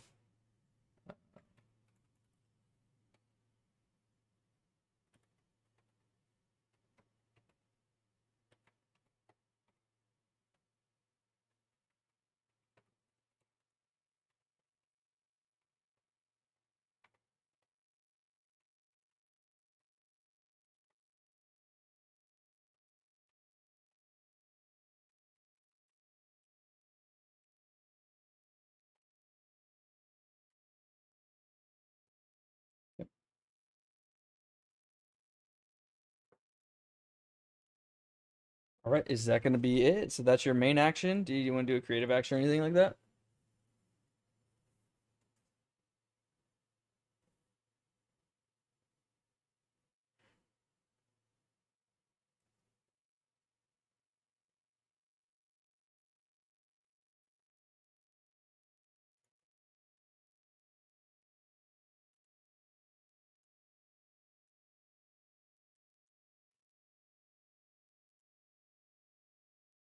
No. No.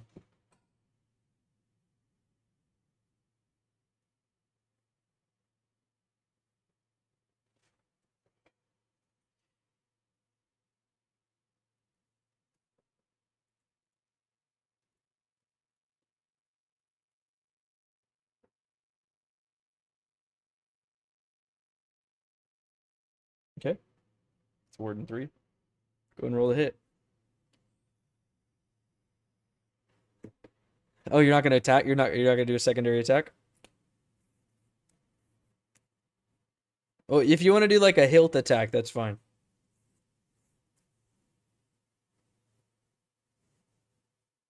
Roll to attack.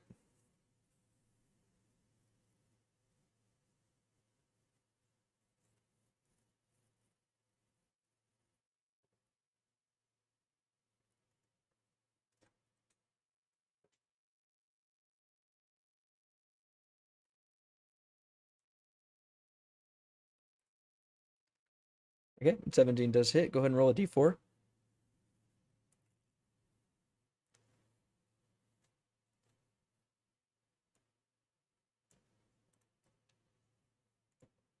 Got it.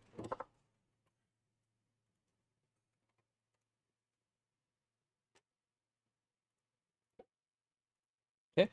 So next up in the initiative order, we have Hank.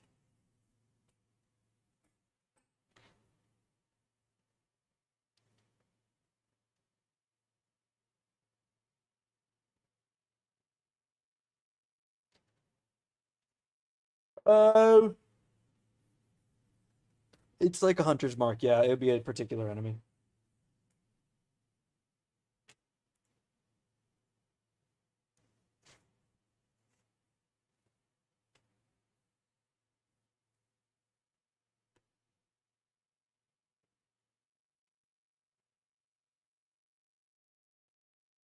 Y'all should open the stream up in the background so that we could have a higher viewer count so more people will see it.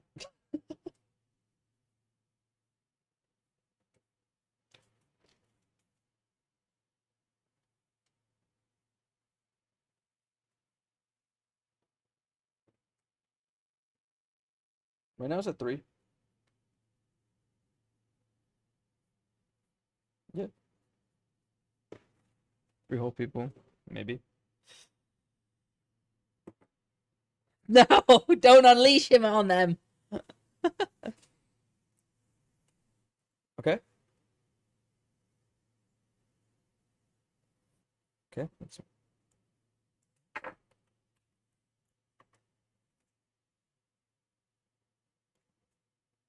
Okay.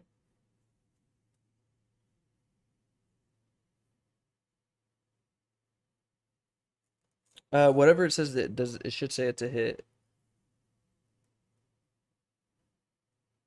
Okay, then just no. It wouldn't. It'd be a standard hit. It'd be a standard attack roll for each one.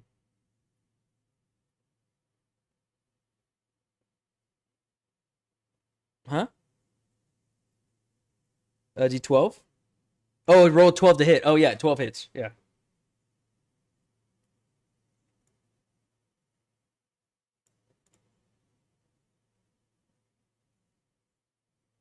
Ten does not hit. Okay, go ahead and roll damage for 5 and tell me the total.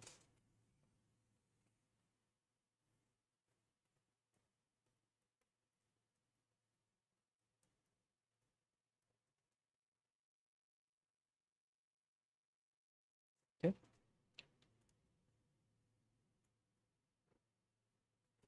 One, two, three, six.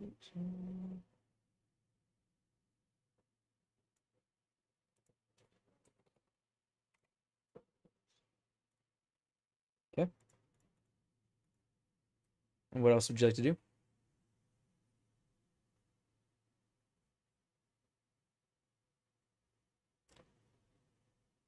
Yeah, that's pretty weird.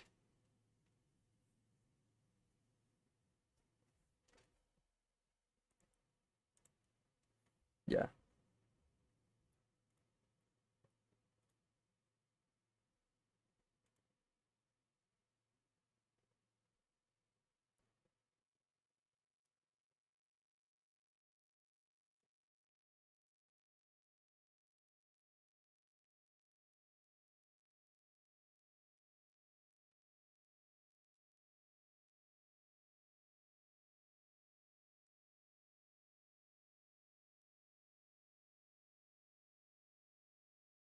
Okay, that's it.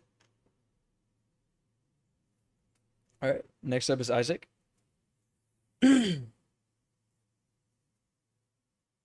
Isaac, you're muted, by the way. Yeah.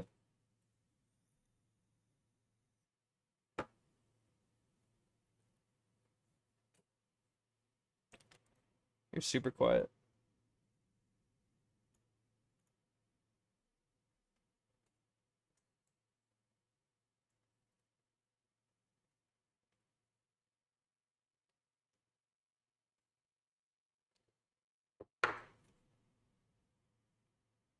Ooh, okay.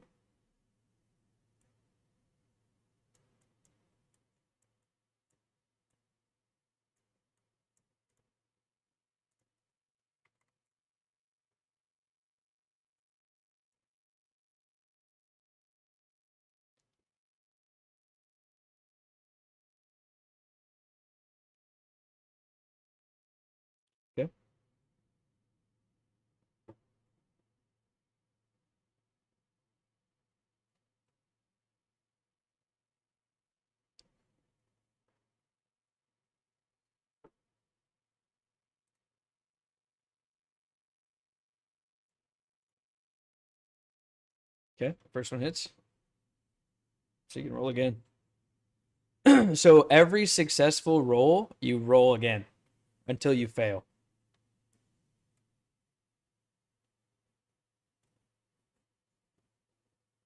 Okay, make sure you keep a track of all this. So for a nat 20, you get 2 extra rolls.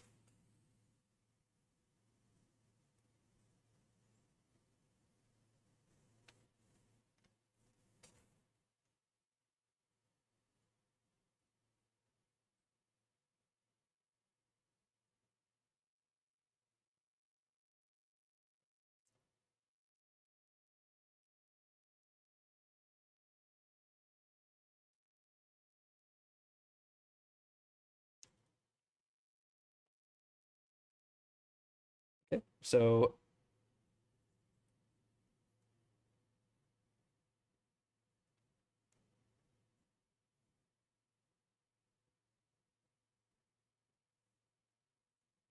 I think it was D 1d8 or 1d10 for each one successfully.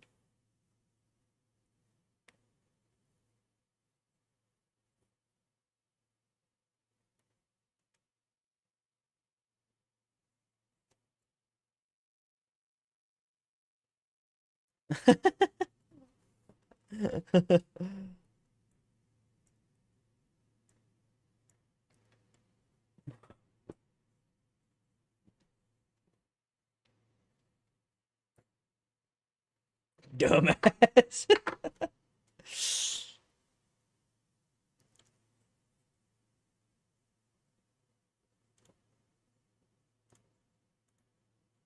Okay.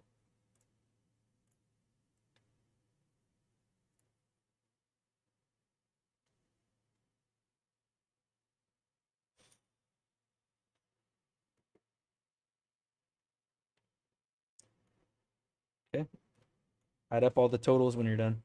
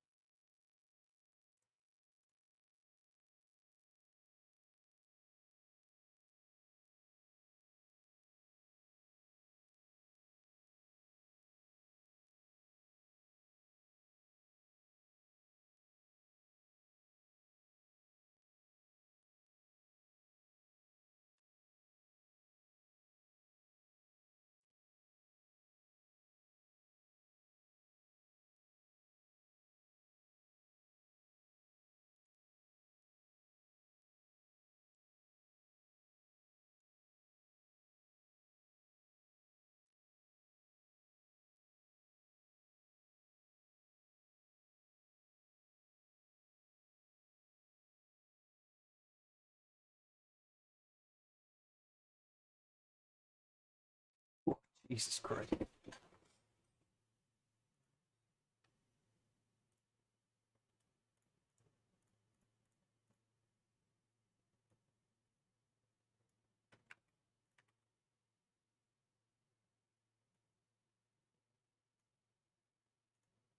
What are you trying to charge up?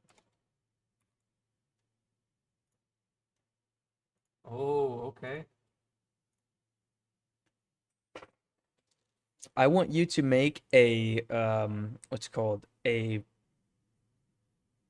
wisdom check. Make a wisdom check.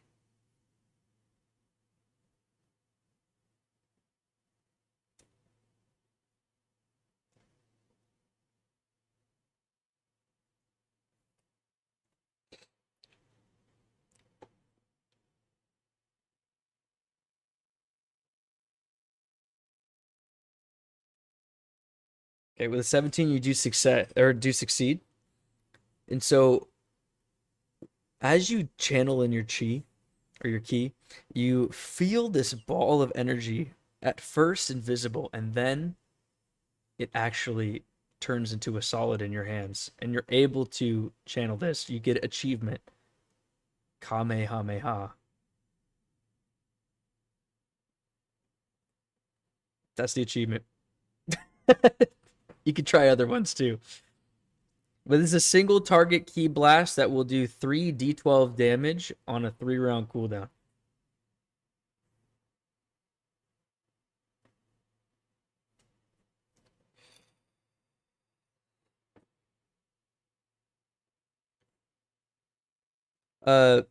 So you just get, it's a 3-round cooldown. It does 3d12 damage.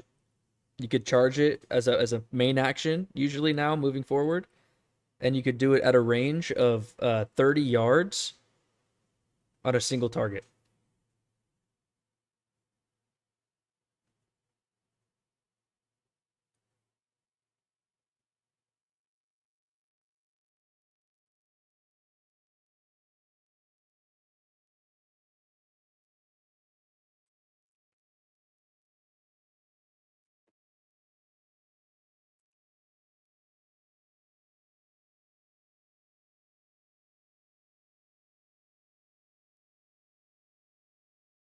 Okay.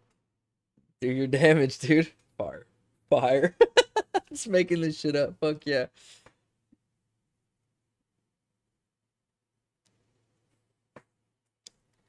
Oh, that's special beam cannon.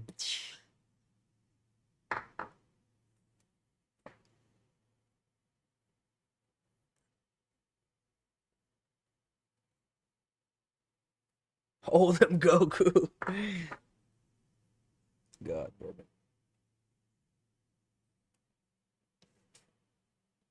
We need 3 of them bitches.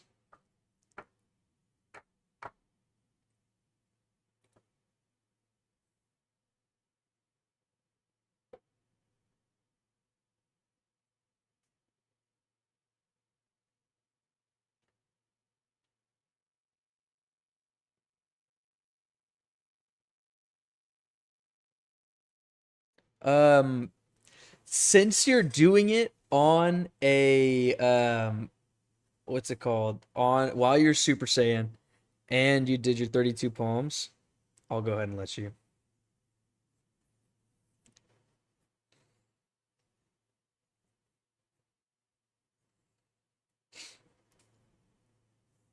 So just with that first one, this one explodes into a pile of gold. Then what happens is that gold dissipates and reallocates into the other 3, and the other 3 are now at 100% health again.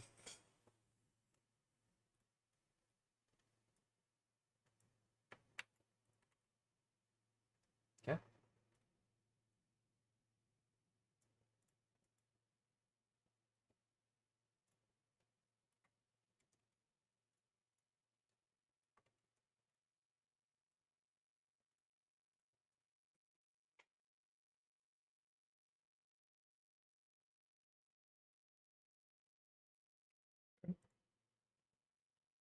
Right, so that would be Warden 1.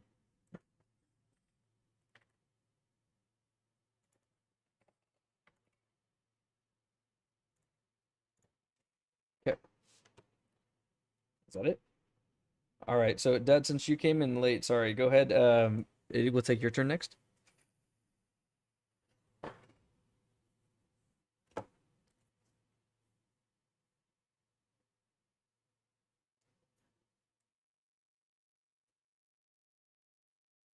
Hello. What would you like to do on your turn? It's your turn.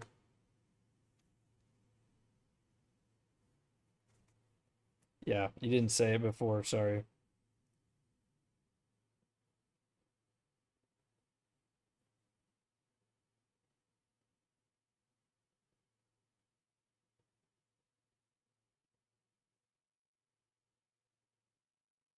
The closest to you would be number 4. This one. No. They're all at 100% health except for 1, though, anyway, so.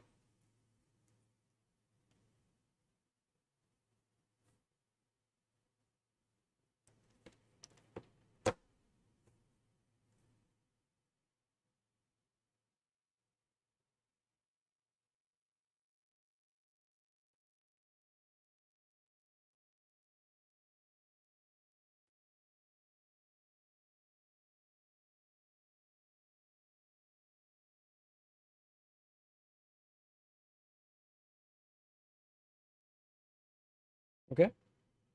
23 does hit.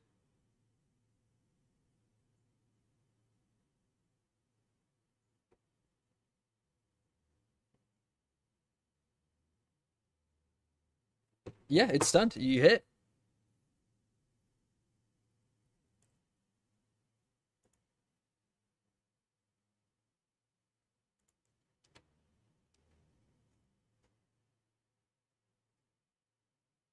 Okay.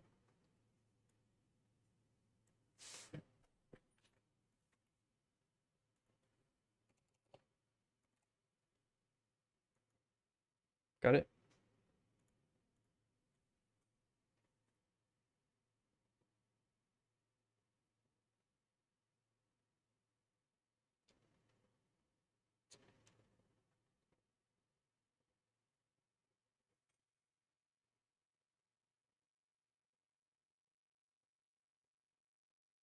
Okay.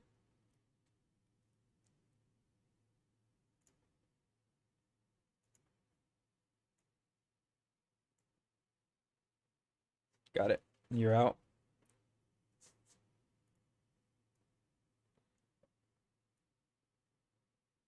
All right. Next one up is going to be it looks like Chris.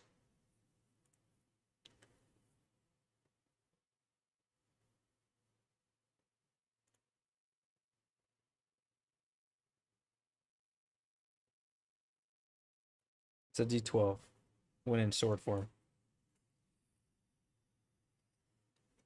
Yeah, for standard attack, yeah.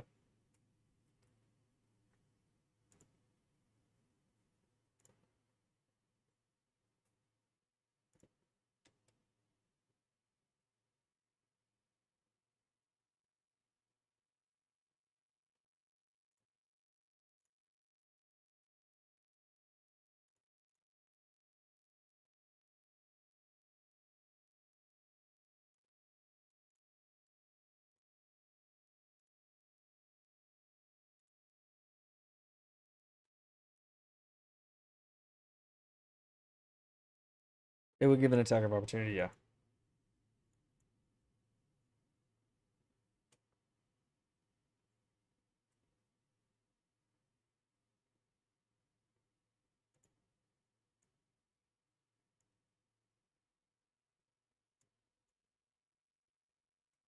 Yes, if you're leaving, yeah.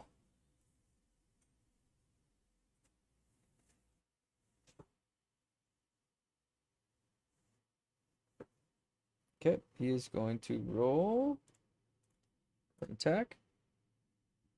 He misses. Lucky.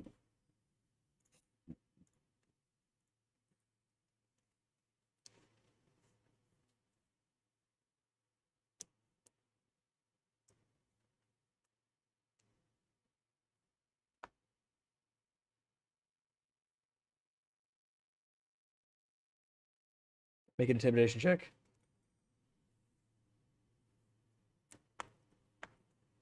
I'm not going to attack you. I'm going to write a letter.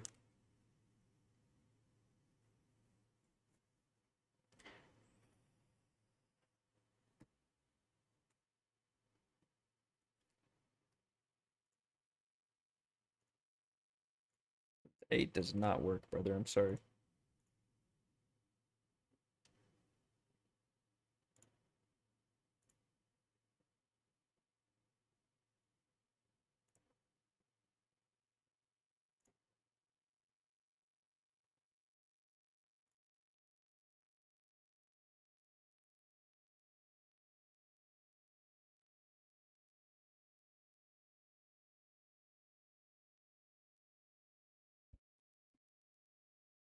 A 10 misses as well.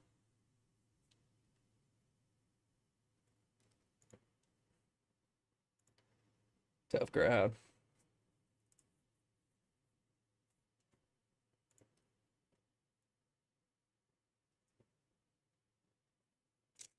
Make some up.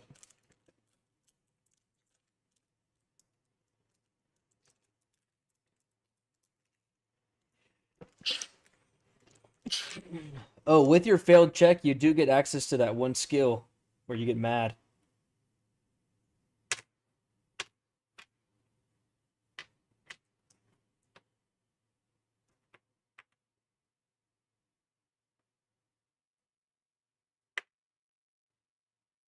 Oh, brother, we'll have to figure that out offline. We'll circle back. We'll shelf that and we'll circle back. Yeah. We're gonna post check later.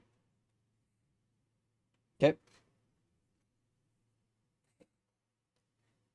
You can do a creative action.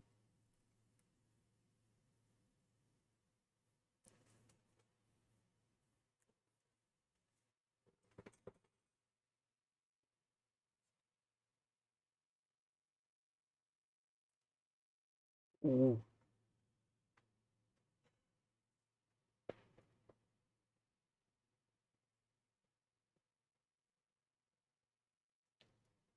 Make a persuasion check.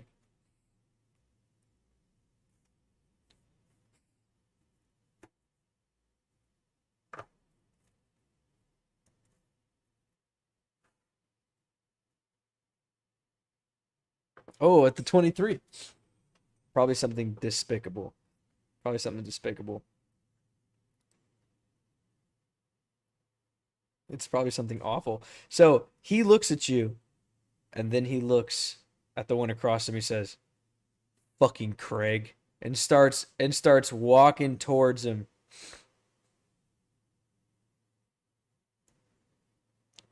And so he's like, "Craig, did you tell me that I'm bad at my job?" And he's gonna make an attack.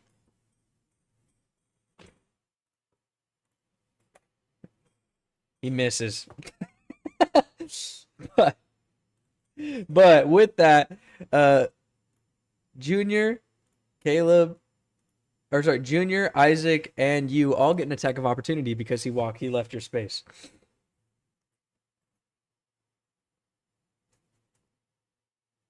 So you can make an attack. Any standard attack.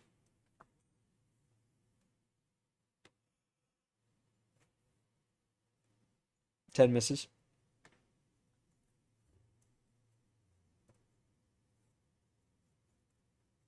Oh, rolled.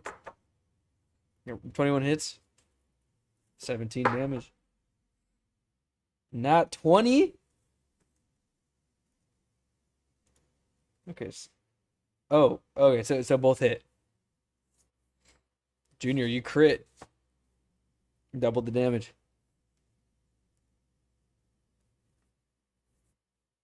Critulence.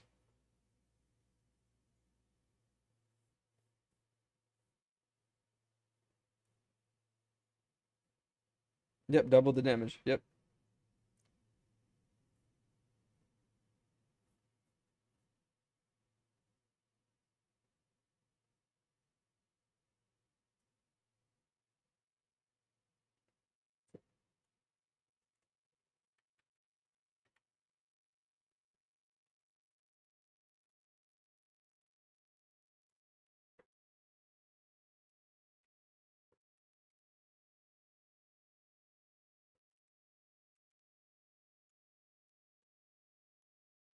I registered the damage.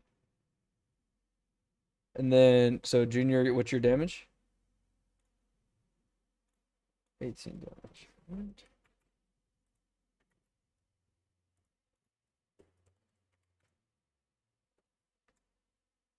All right. And then Chris, what about you? Okay, never mind. Moving on. So, these are now stacked. Next up, we have Junior Boy. It's your turn. You are last. That was. Oh wait. Yeah, it's your turn. You haven't gone yet.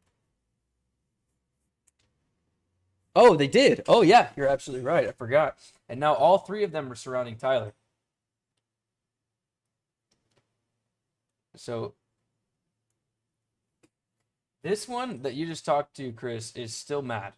And so he's going to swing at his friend for his attack. 7 misses. You already did. Then the other two are going to swing at Tyler. What the hell is wrong with you? What is wrong with you? Close the tabs. All right, so Tyler, an 11, I believe that hits, right? And a natural 20.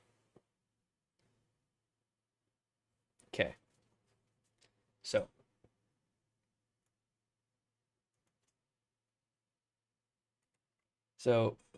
both hit. One of which, so the first one does 2 damage. Wow, insane. 2%, and the second one does 38%. So, Tyler, you take 40% of your health.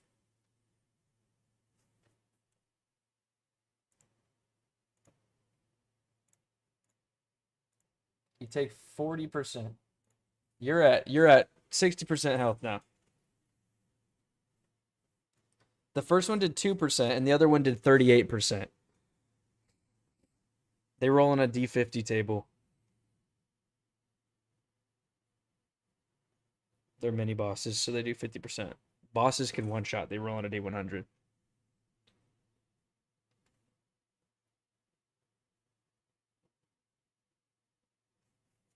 And then with that, it's Junie.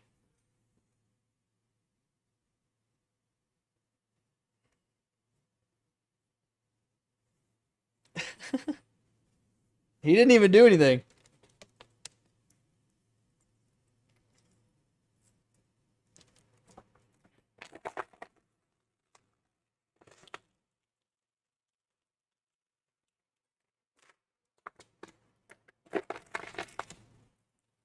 Okay. Make an athletics check first. Didn't work.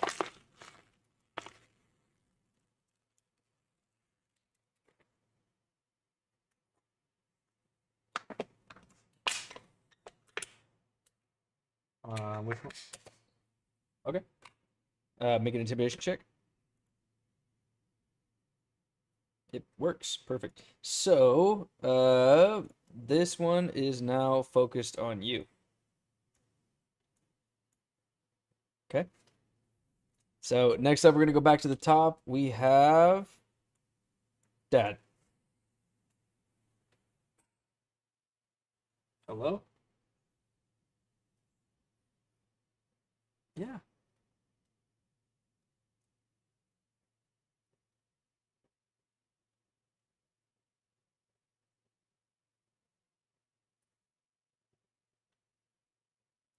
Okay.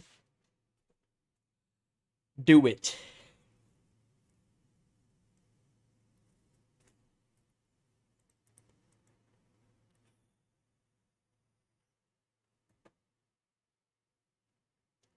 Okay. So you're 71.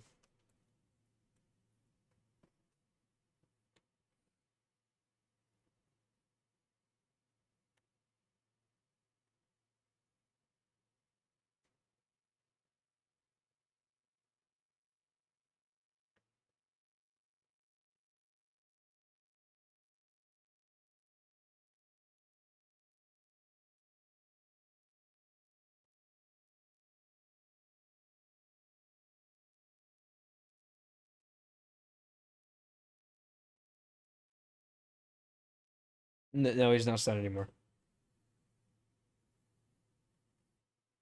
He's not stunned anymore.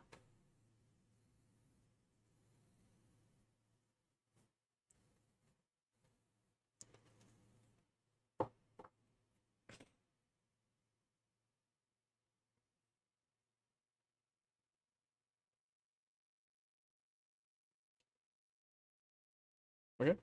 Make your attack.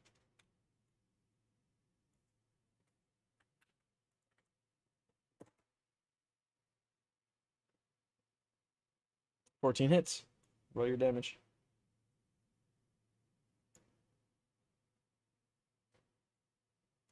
All right.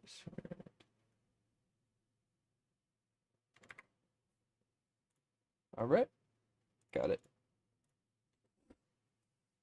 Okay. Moving on next to, we have Tyler.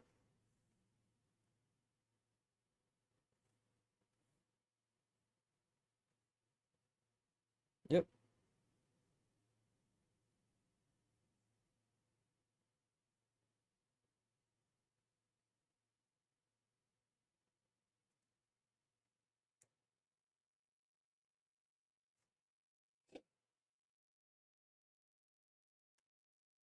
Why you? Well, that's just how the cookie crumbled, brother.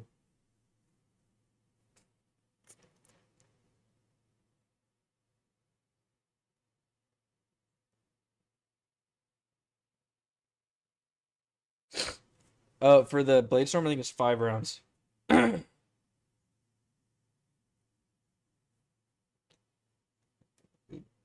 has been 1 round.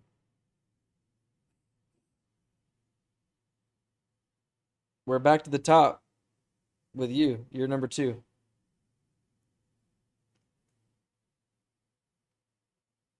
Yeah, and this is your second time being able to do something. This is round 2. This is round 2.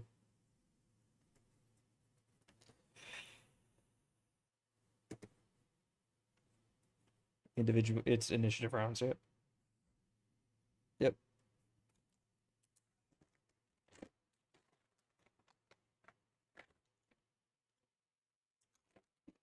Yeah, let's speed it up.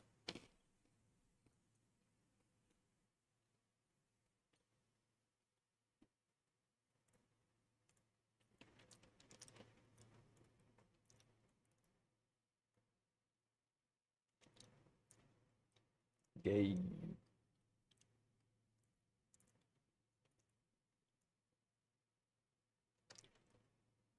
Okay. Swing.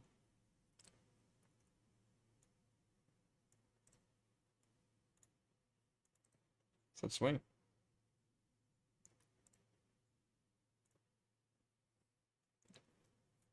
Hmm. This is number 3. You hit. You hit. You hit, brother.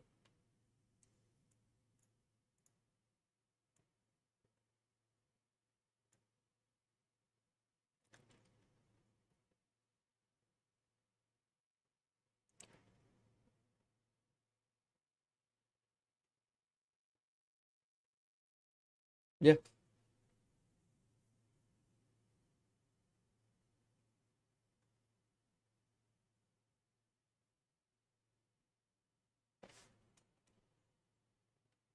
Well, can't say that was very good, but here we are. Sorry about that. Sorry about your luck, brother. You certainly did something.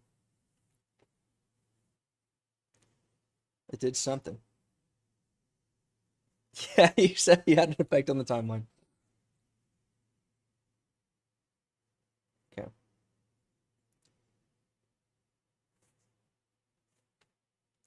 What about it? What are you gonna do next? Come on.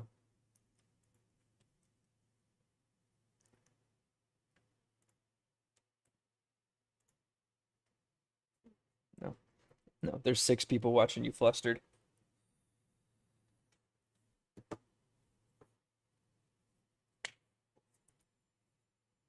No, you cannot sneak attack him. You are in the middle of combat, surrounded by enemies. What are you sneaking?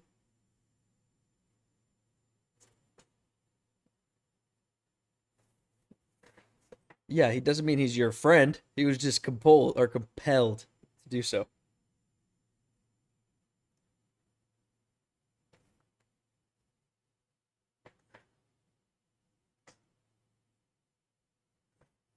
Okay, roll. How about this? How about this? Roll a stealth check at a DC 20. If you get, yeah, with a raw D20, if you roll a natural 20, you're stealthed. And if you do this shit, if you roll a nat 20, you're stealth, and I'll give you sneak attack damage.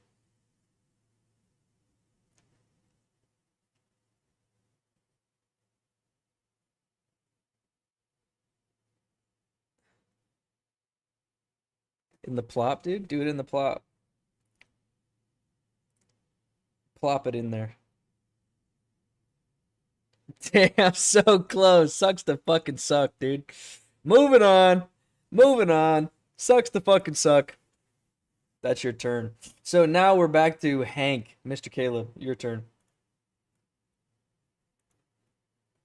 As you should after that.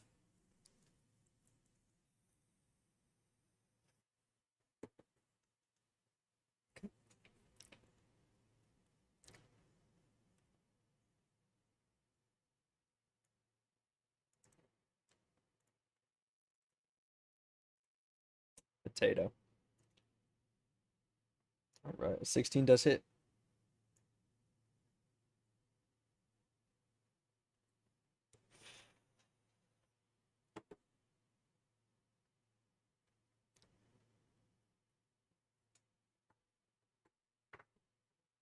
Yeah, I think so, yeah.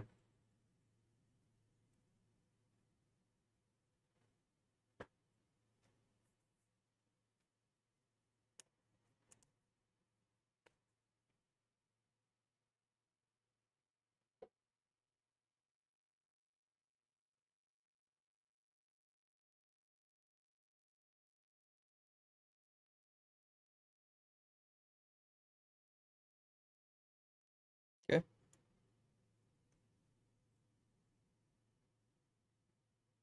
I moved you just a little bit, just to align you better.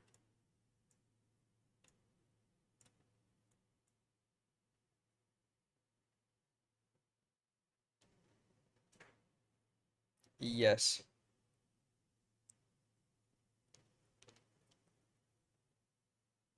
Ooh.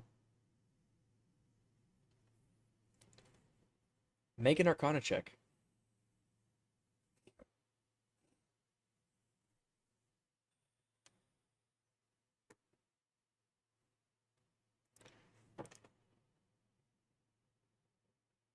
To make this easy, it's going to be a DC 15.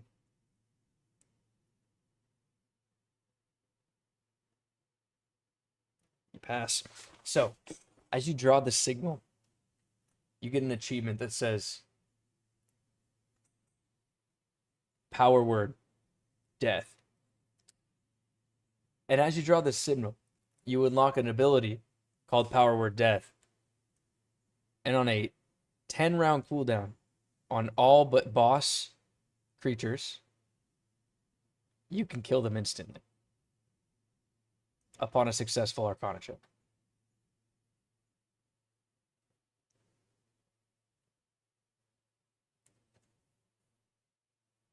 Hey, get creative, do fucking weird shit. No one asked him to do that.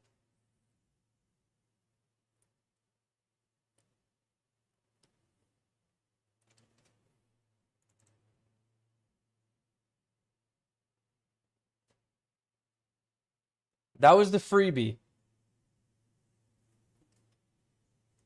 It dies. It dies, and the other two go back to 100% as they regenerate.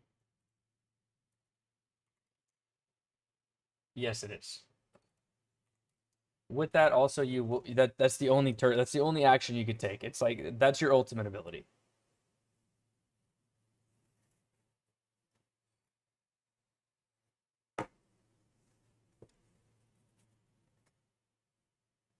On bosses, by the way, on bosses you can deal what's it called? I'll let you roll 10d10.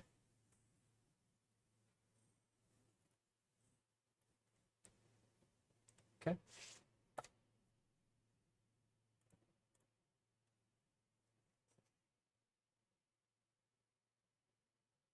All right. So next up we have Isaac.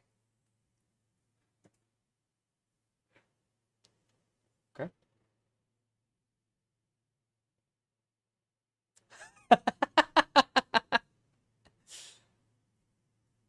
Okay. Make a wisdom check.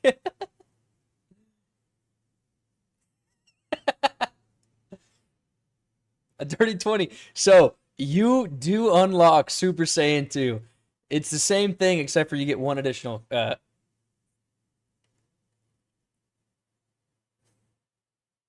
you get to go for I think you can go further. I think you could. You lose all control of your character and you can dodge all abilities. Kidding. What happened?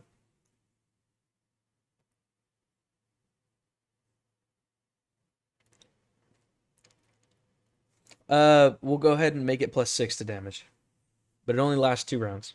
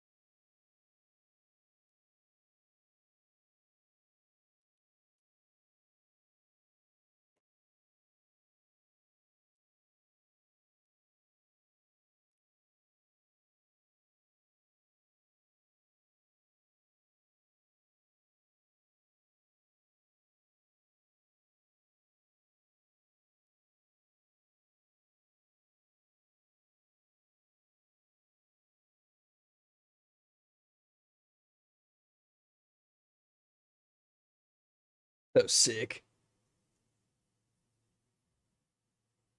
God, this guy's so fucking sick. I love this character. Super Saiyan Neji Hyuga. What the fuck is going on? The top performer right there.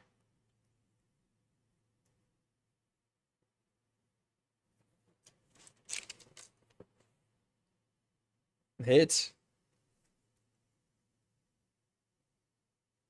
Hits. Both hit.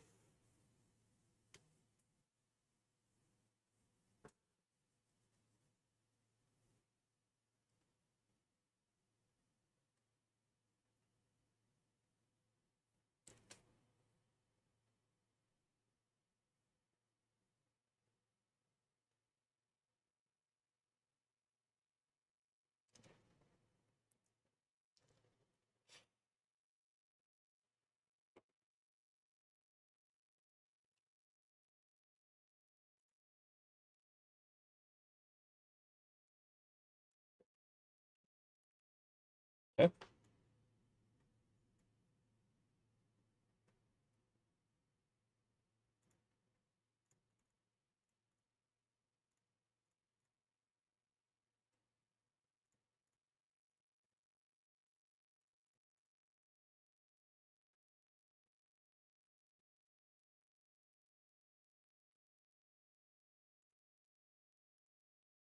$58. Got it.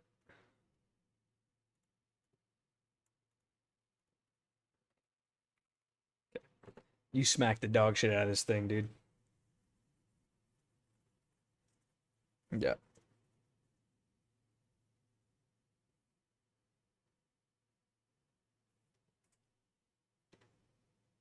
Cool. Next up, we have Chris. Or wait, no, wait. 13. You have a 12. 13. It's them. So now, after seeing his friend get smacked, they're both going to look at you, Isaac. And they're both going to attack you because you are the biggest threat at the moment. So the first one, nat 20. And the second one, misses. So now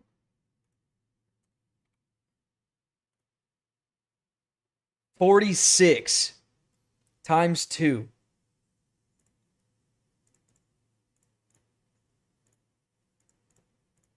You take 92% of your health. So you take 82%.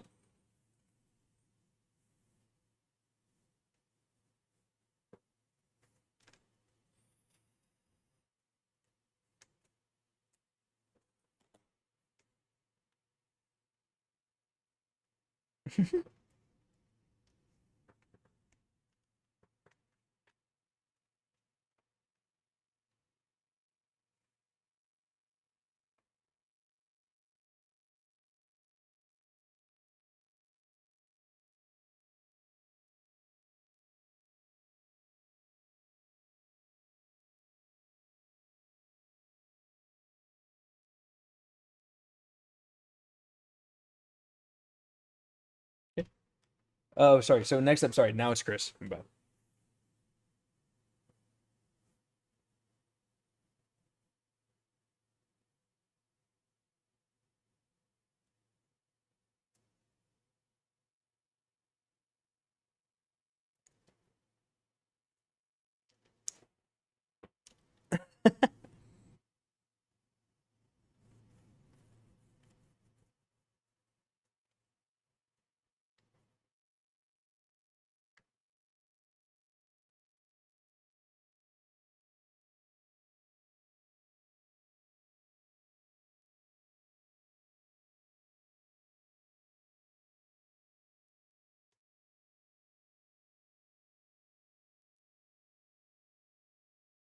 Yeah.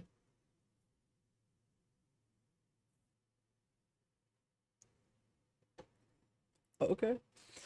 Roll a d20. It'll be a DC 15. If you roll a 15, you succeed.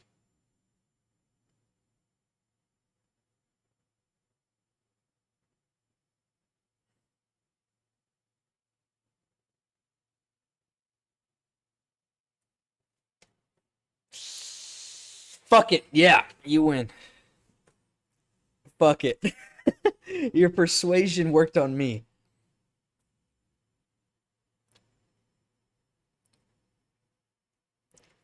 It works. So, but instead, what happens instead, as you click it, instead of the sword, you think of this item, and it turns into Zeus's lightning bolt. And you're able to throw lightning bolts at them now. Each one does 1d20 damage.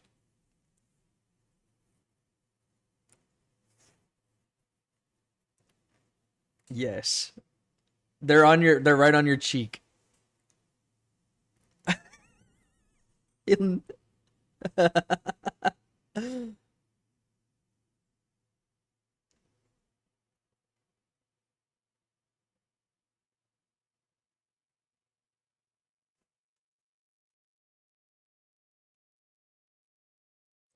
Roll the hit.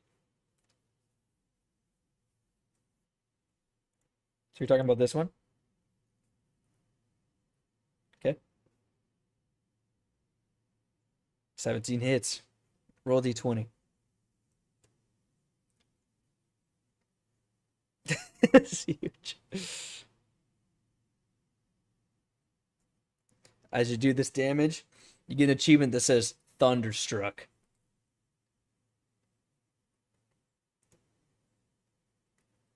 Yes. So, so hyped. All right. Now we have Junie.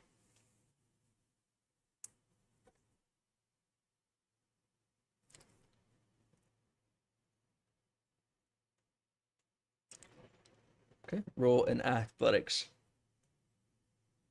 It does it. He is now prone.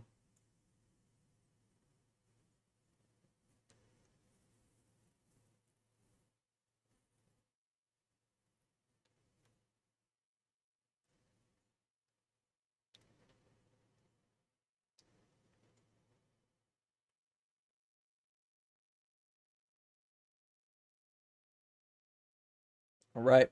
Go ahead and roll it.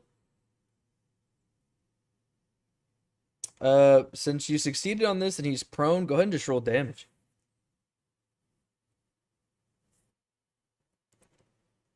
I think it was 5d20. It was 5d20.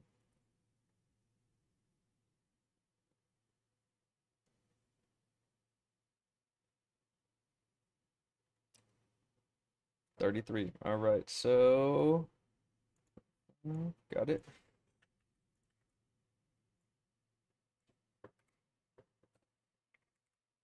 Oh wait, whoops. Yeah, that was pretty bad.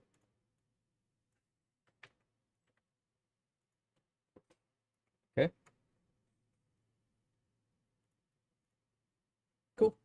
All right, so next up, we're going right back to the top with Dad.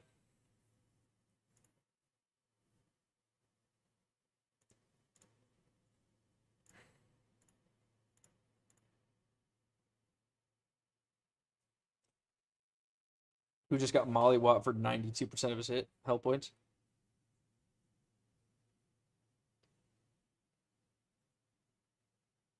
What? No, what'd you say? You have warden number 3, which is prone and at 35%, and warden number 4, which is fine and at 83%.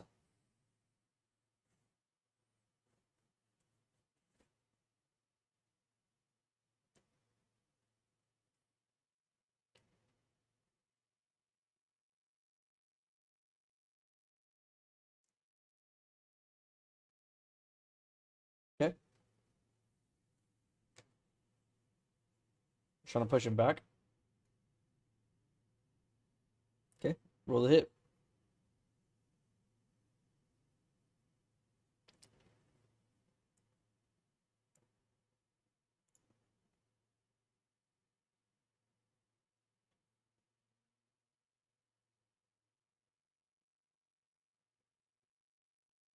19 hits. It pushes through, so Tyler and Isaac, you both get attacks of opportunity.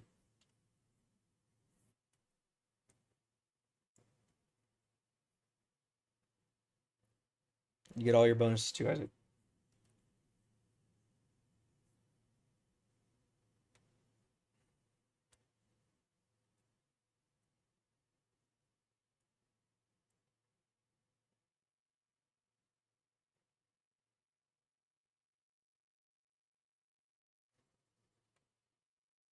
Everything over a 12 hits.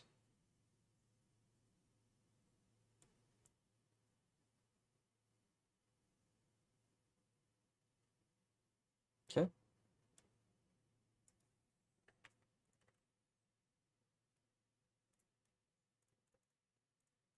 Tyler?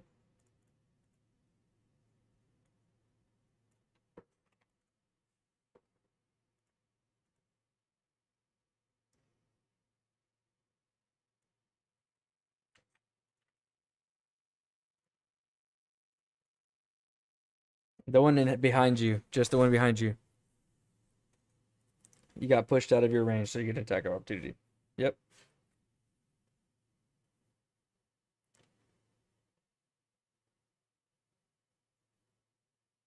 Okay. Now 20, baby. Let's go. That's what we like to see.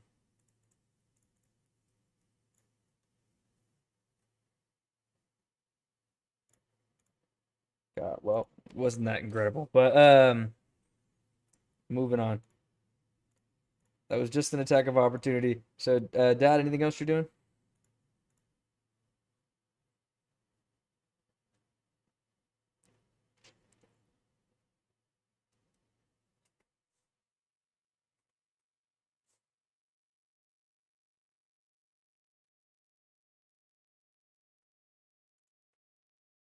So, Isaac. Okay. Go ahead and heal.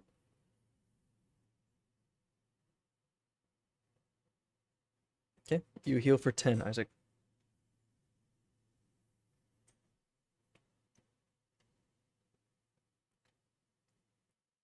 And then from there,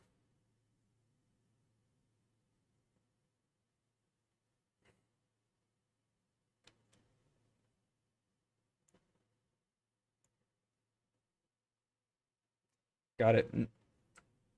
Next up is Tyler.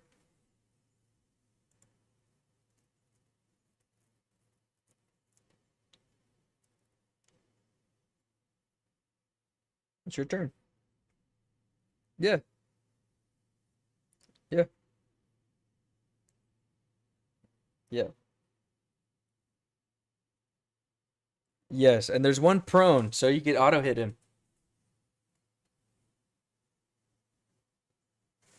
Okay.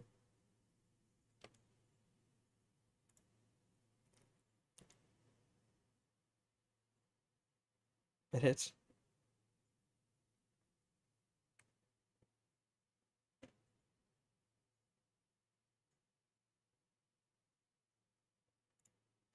All right. Got it. There we go.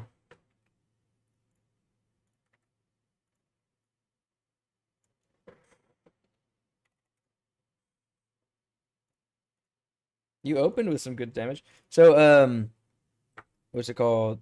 All right, what else would you like to do?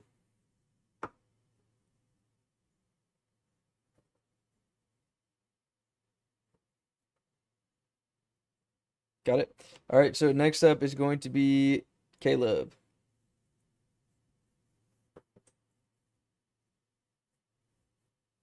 Automatically hit, but you can still roll for to see if you crit.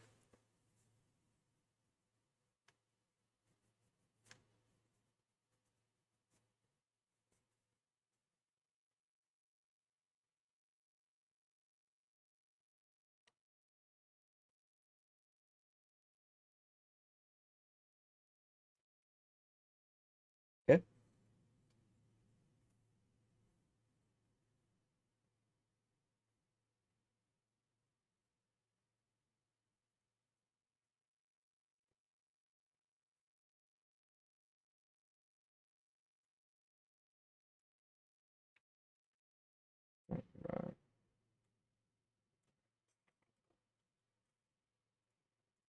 Got it. Big damn. Big damn, baby.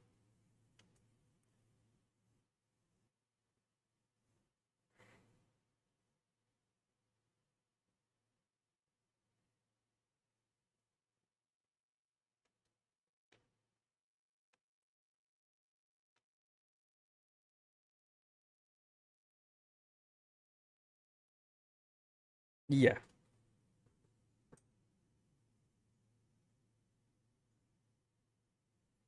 Roll a sleight of hand.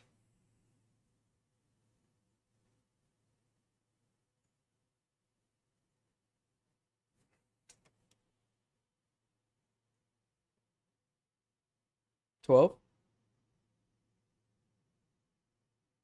Oh, 21. You do have that, yes. So the disarm does work. And you do get an achievement that says disarm and a skill that allows you to disarm on a main action.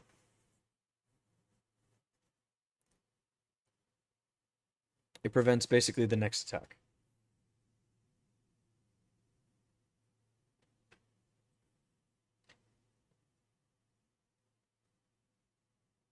Yeah.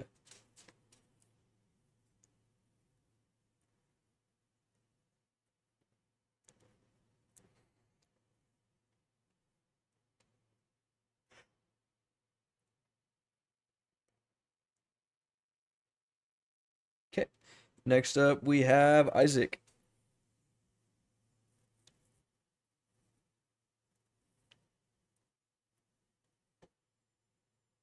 This is the second round.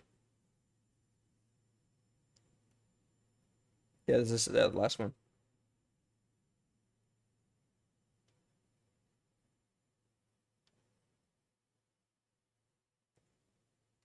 Yep. So you auto hit. They're not auto crits, so you still roll to see if you do hit a crit, but you do, it's automatically hits no matter what, you'll do damage. Yeah, then you get to double the damage if you crit.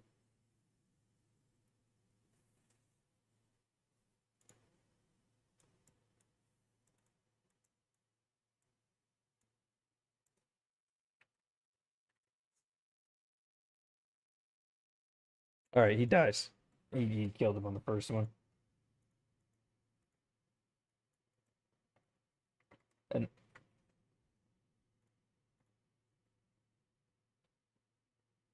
go ahead. Yeah, that's fine.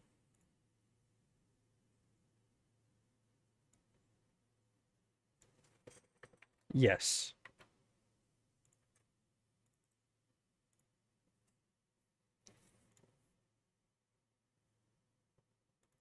Yep.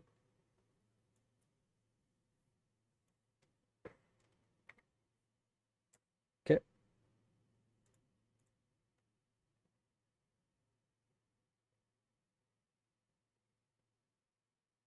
All right. So next up we have is him. He's gonna run over to Tyler. He's gonna roll attack because he's the closest one. He misses. We're moving on. So then we'll go to Chris.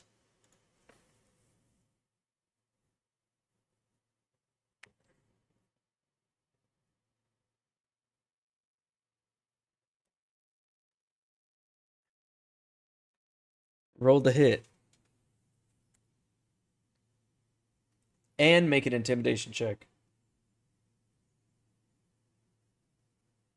Let's go, baby. Roll it.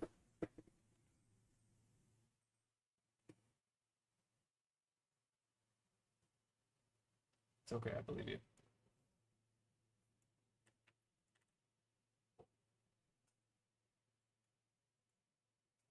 It was great. It was so good. I'm gonna let you do an intimidation check after you do this damage. It was just corny enough.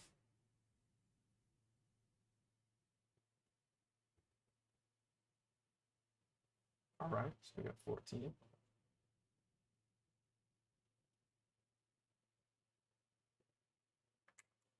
Yep.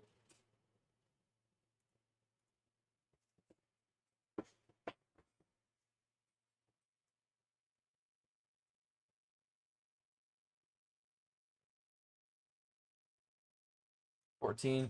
So with a 14, you get an achievement that says shocking statement. And when you use that tagline and you make an attack and you hit, you stun the target for the next round.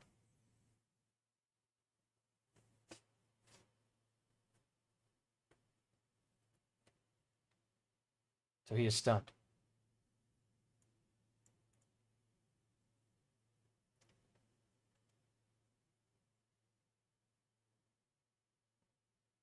And then we'll move on to Junior.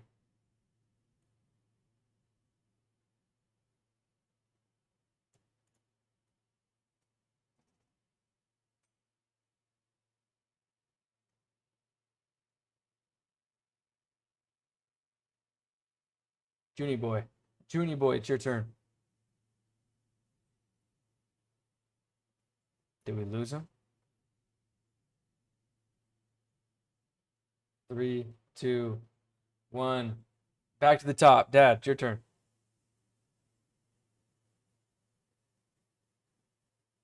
Bless you.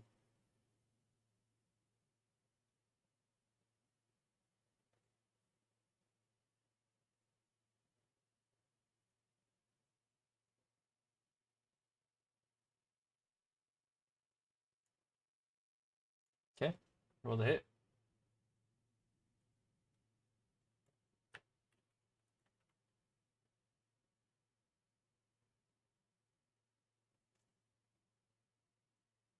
Bless you. My goodness.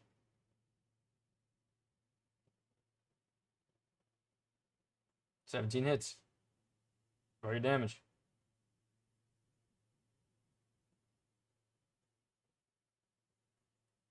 Alright.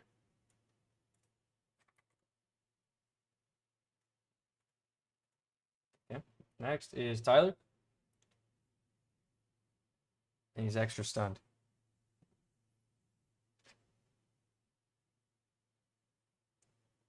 He's extra stunned. He's extra stunned. You got 2 debuffs on him that does the exact same thing.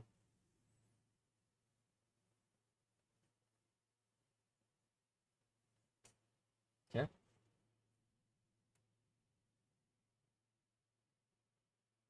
Well, moving on. What else would you like to do?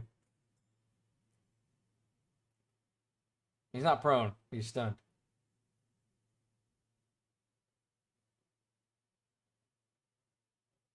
Yeah, feels bad. You need to be studied. Facts. All right, well, next up, Caleb.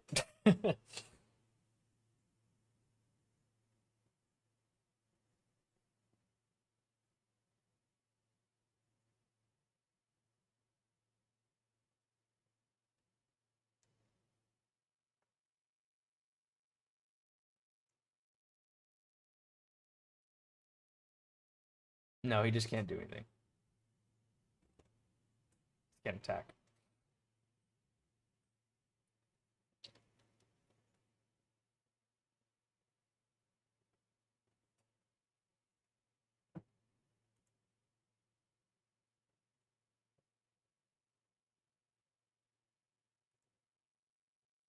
Got it. Roll it.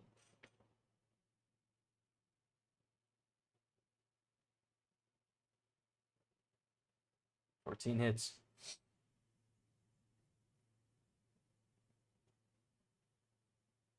Oh, damage. All right.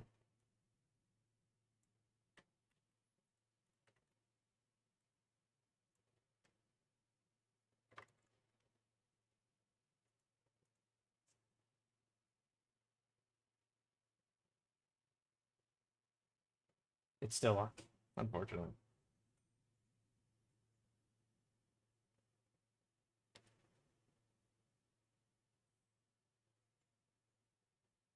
Oh, okay. So go ahead and roll an what's called athletics check.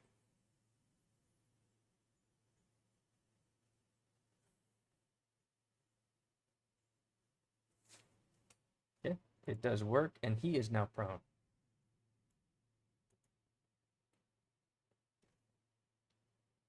Now he's prone.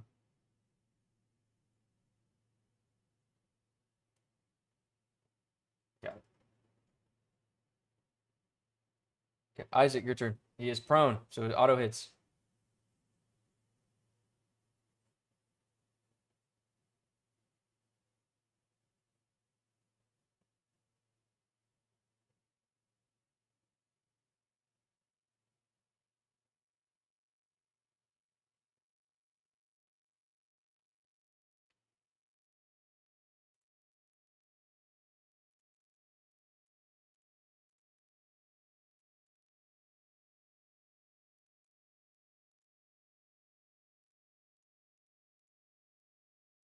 Oh, got it. So 48 minus 19 and 16. All right.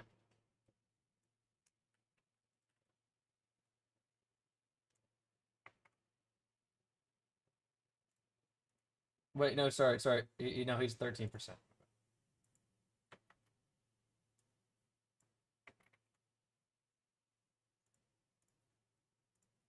Almost. All right, so after that, we have what's it called?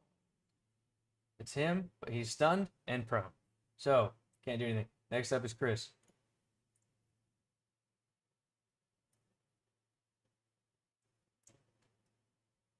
Almost there.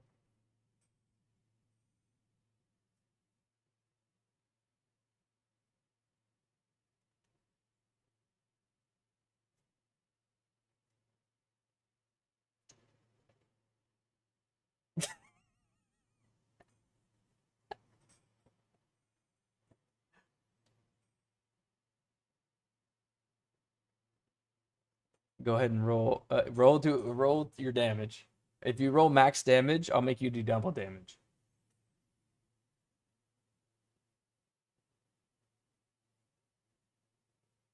Almost there. All right, he is at 2% now.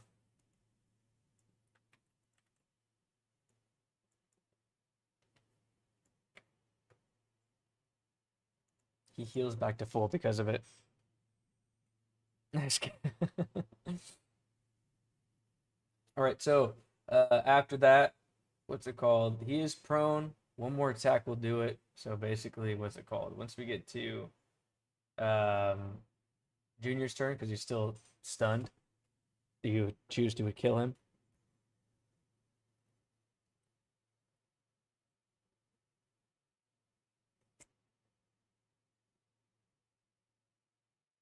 There it is. So, and as the final one dies, the bubble in the middle that is blocking the boss dissipates.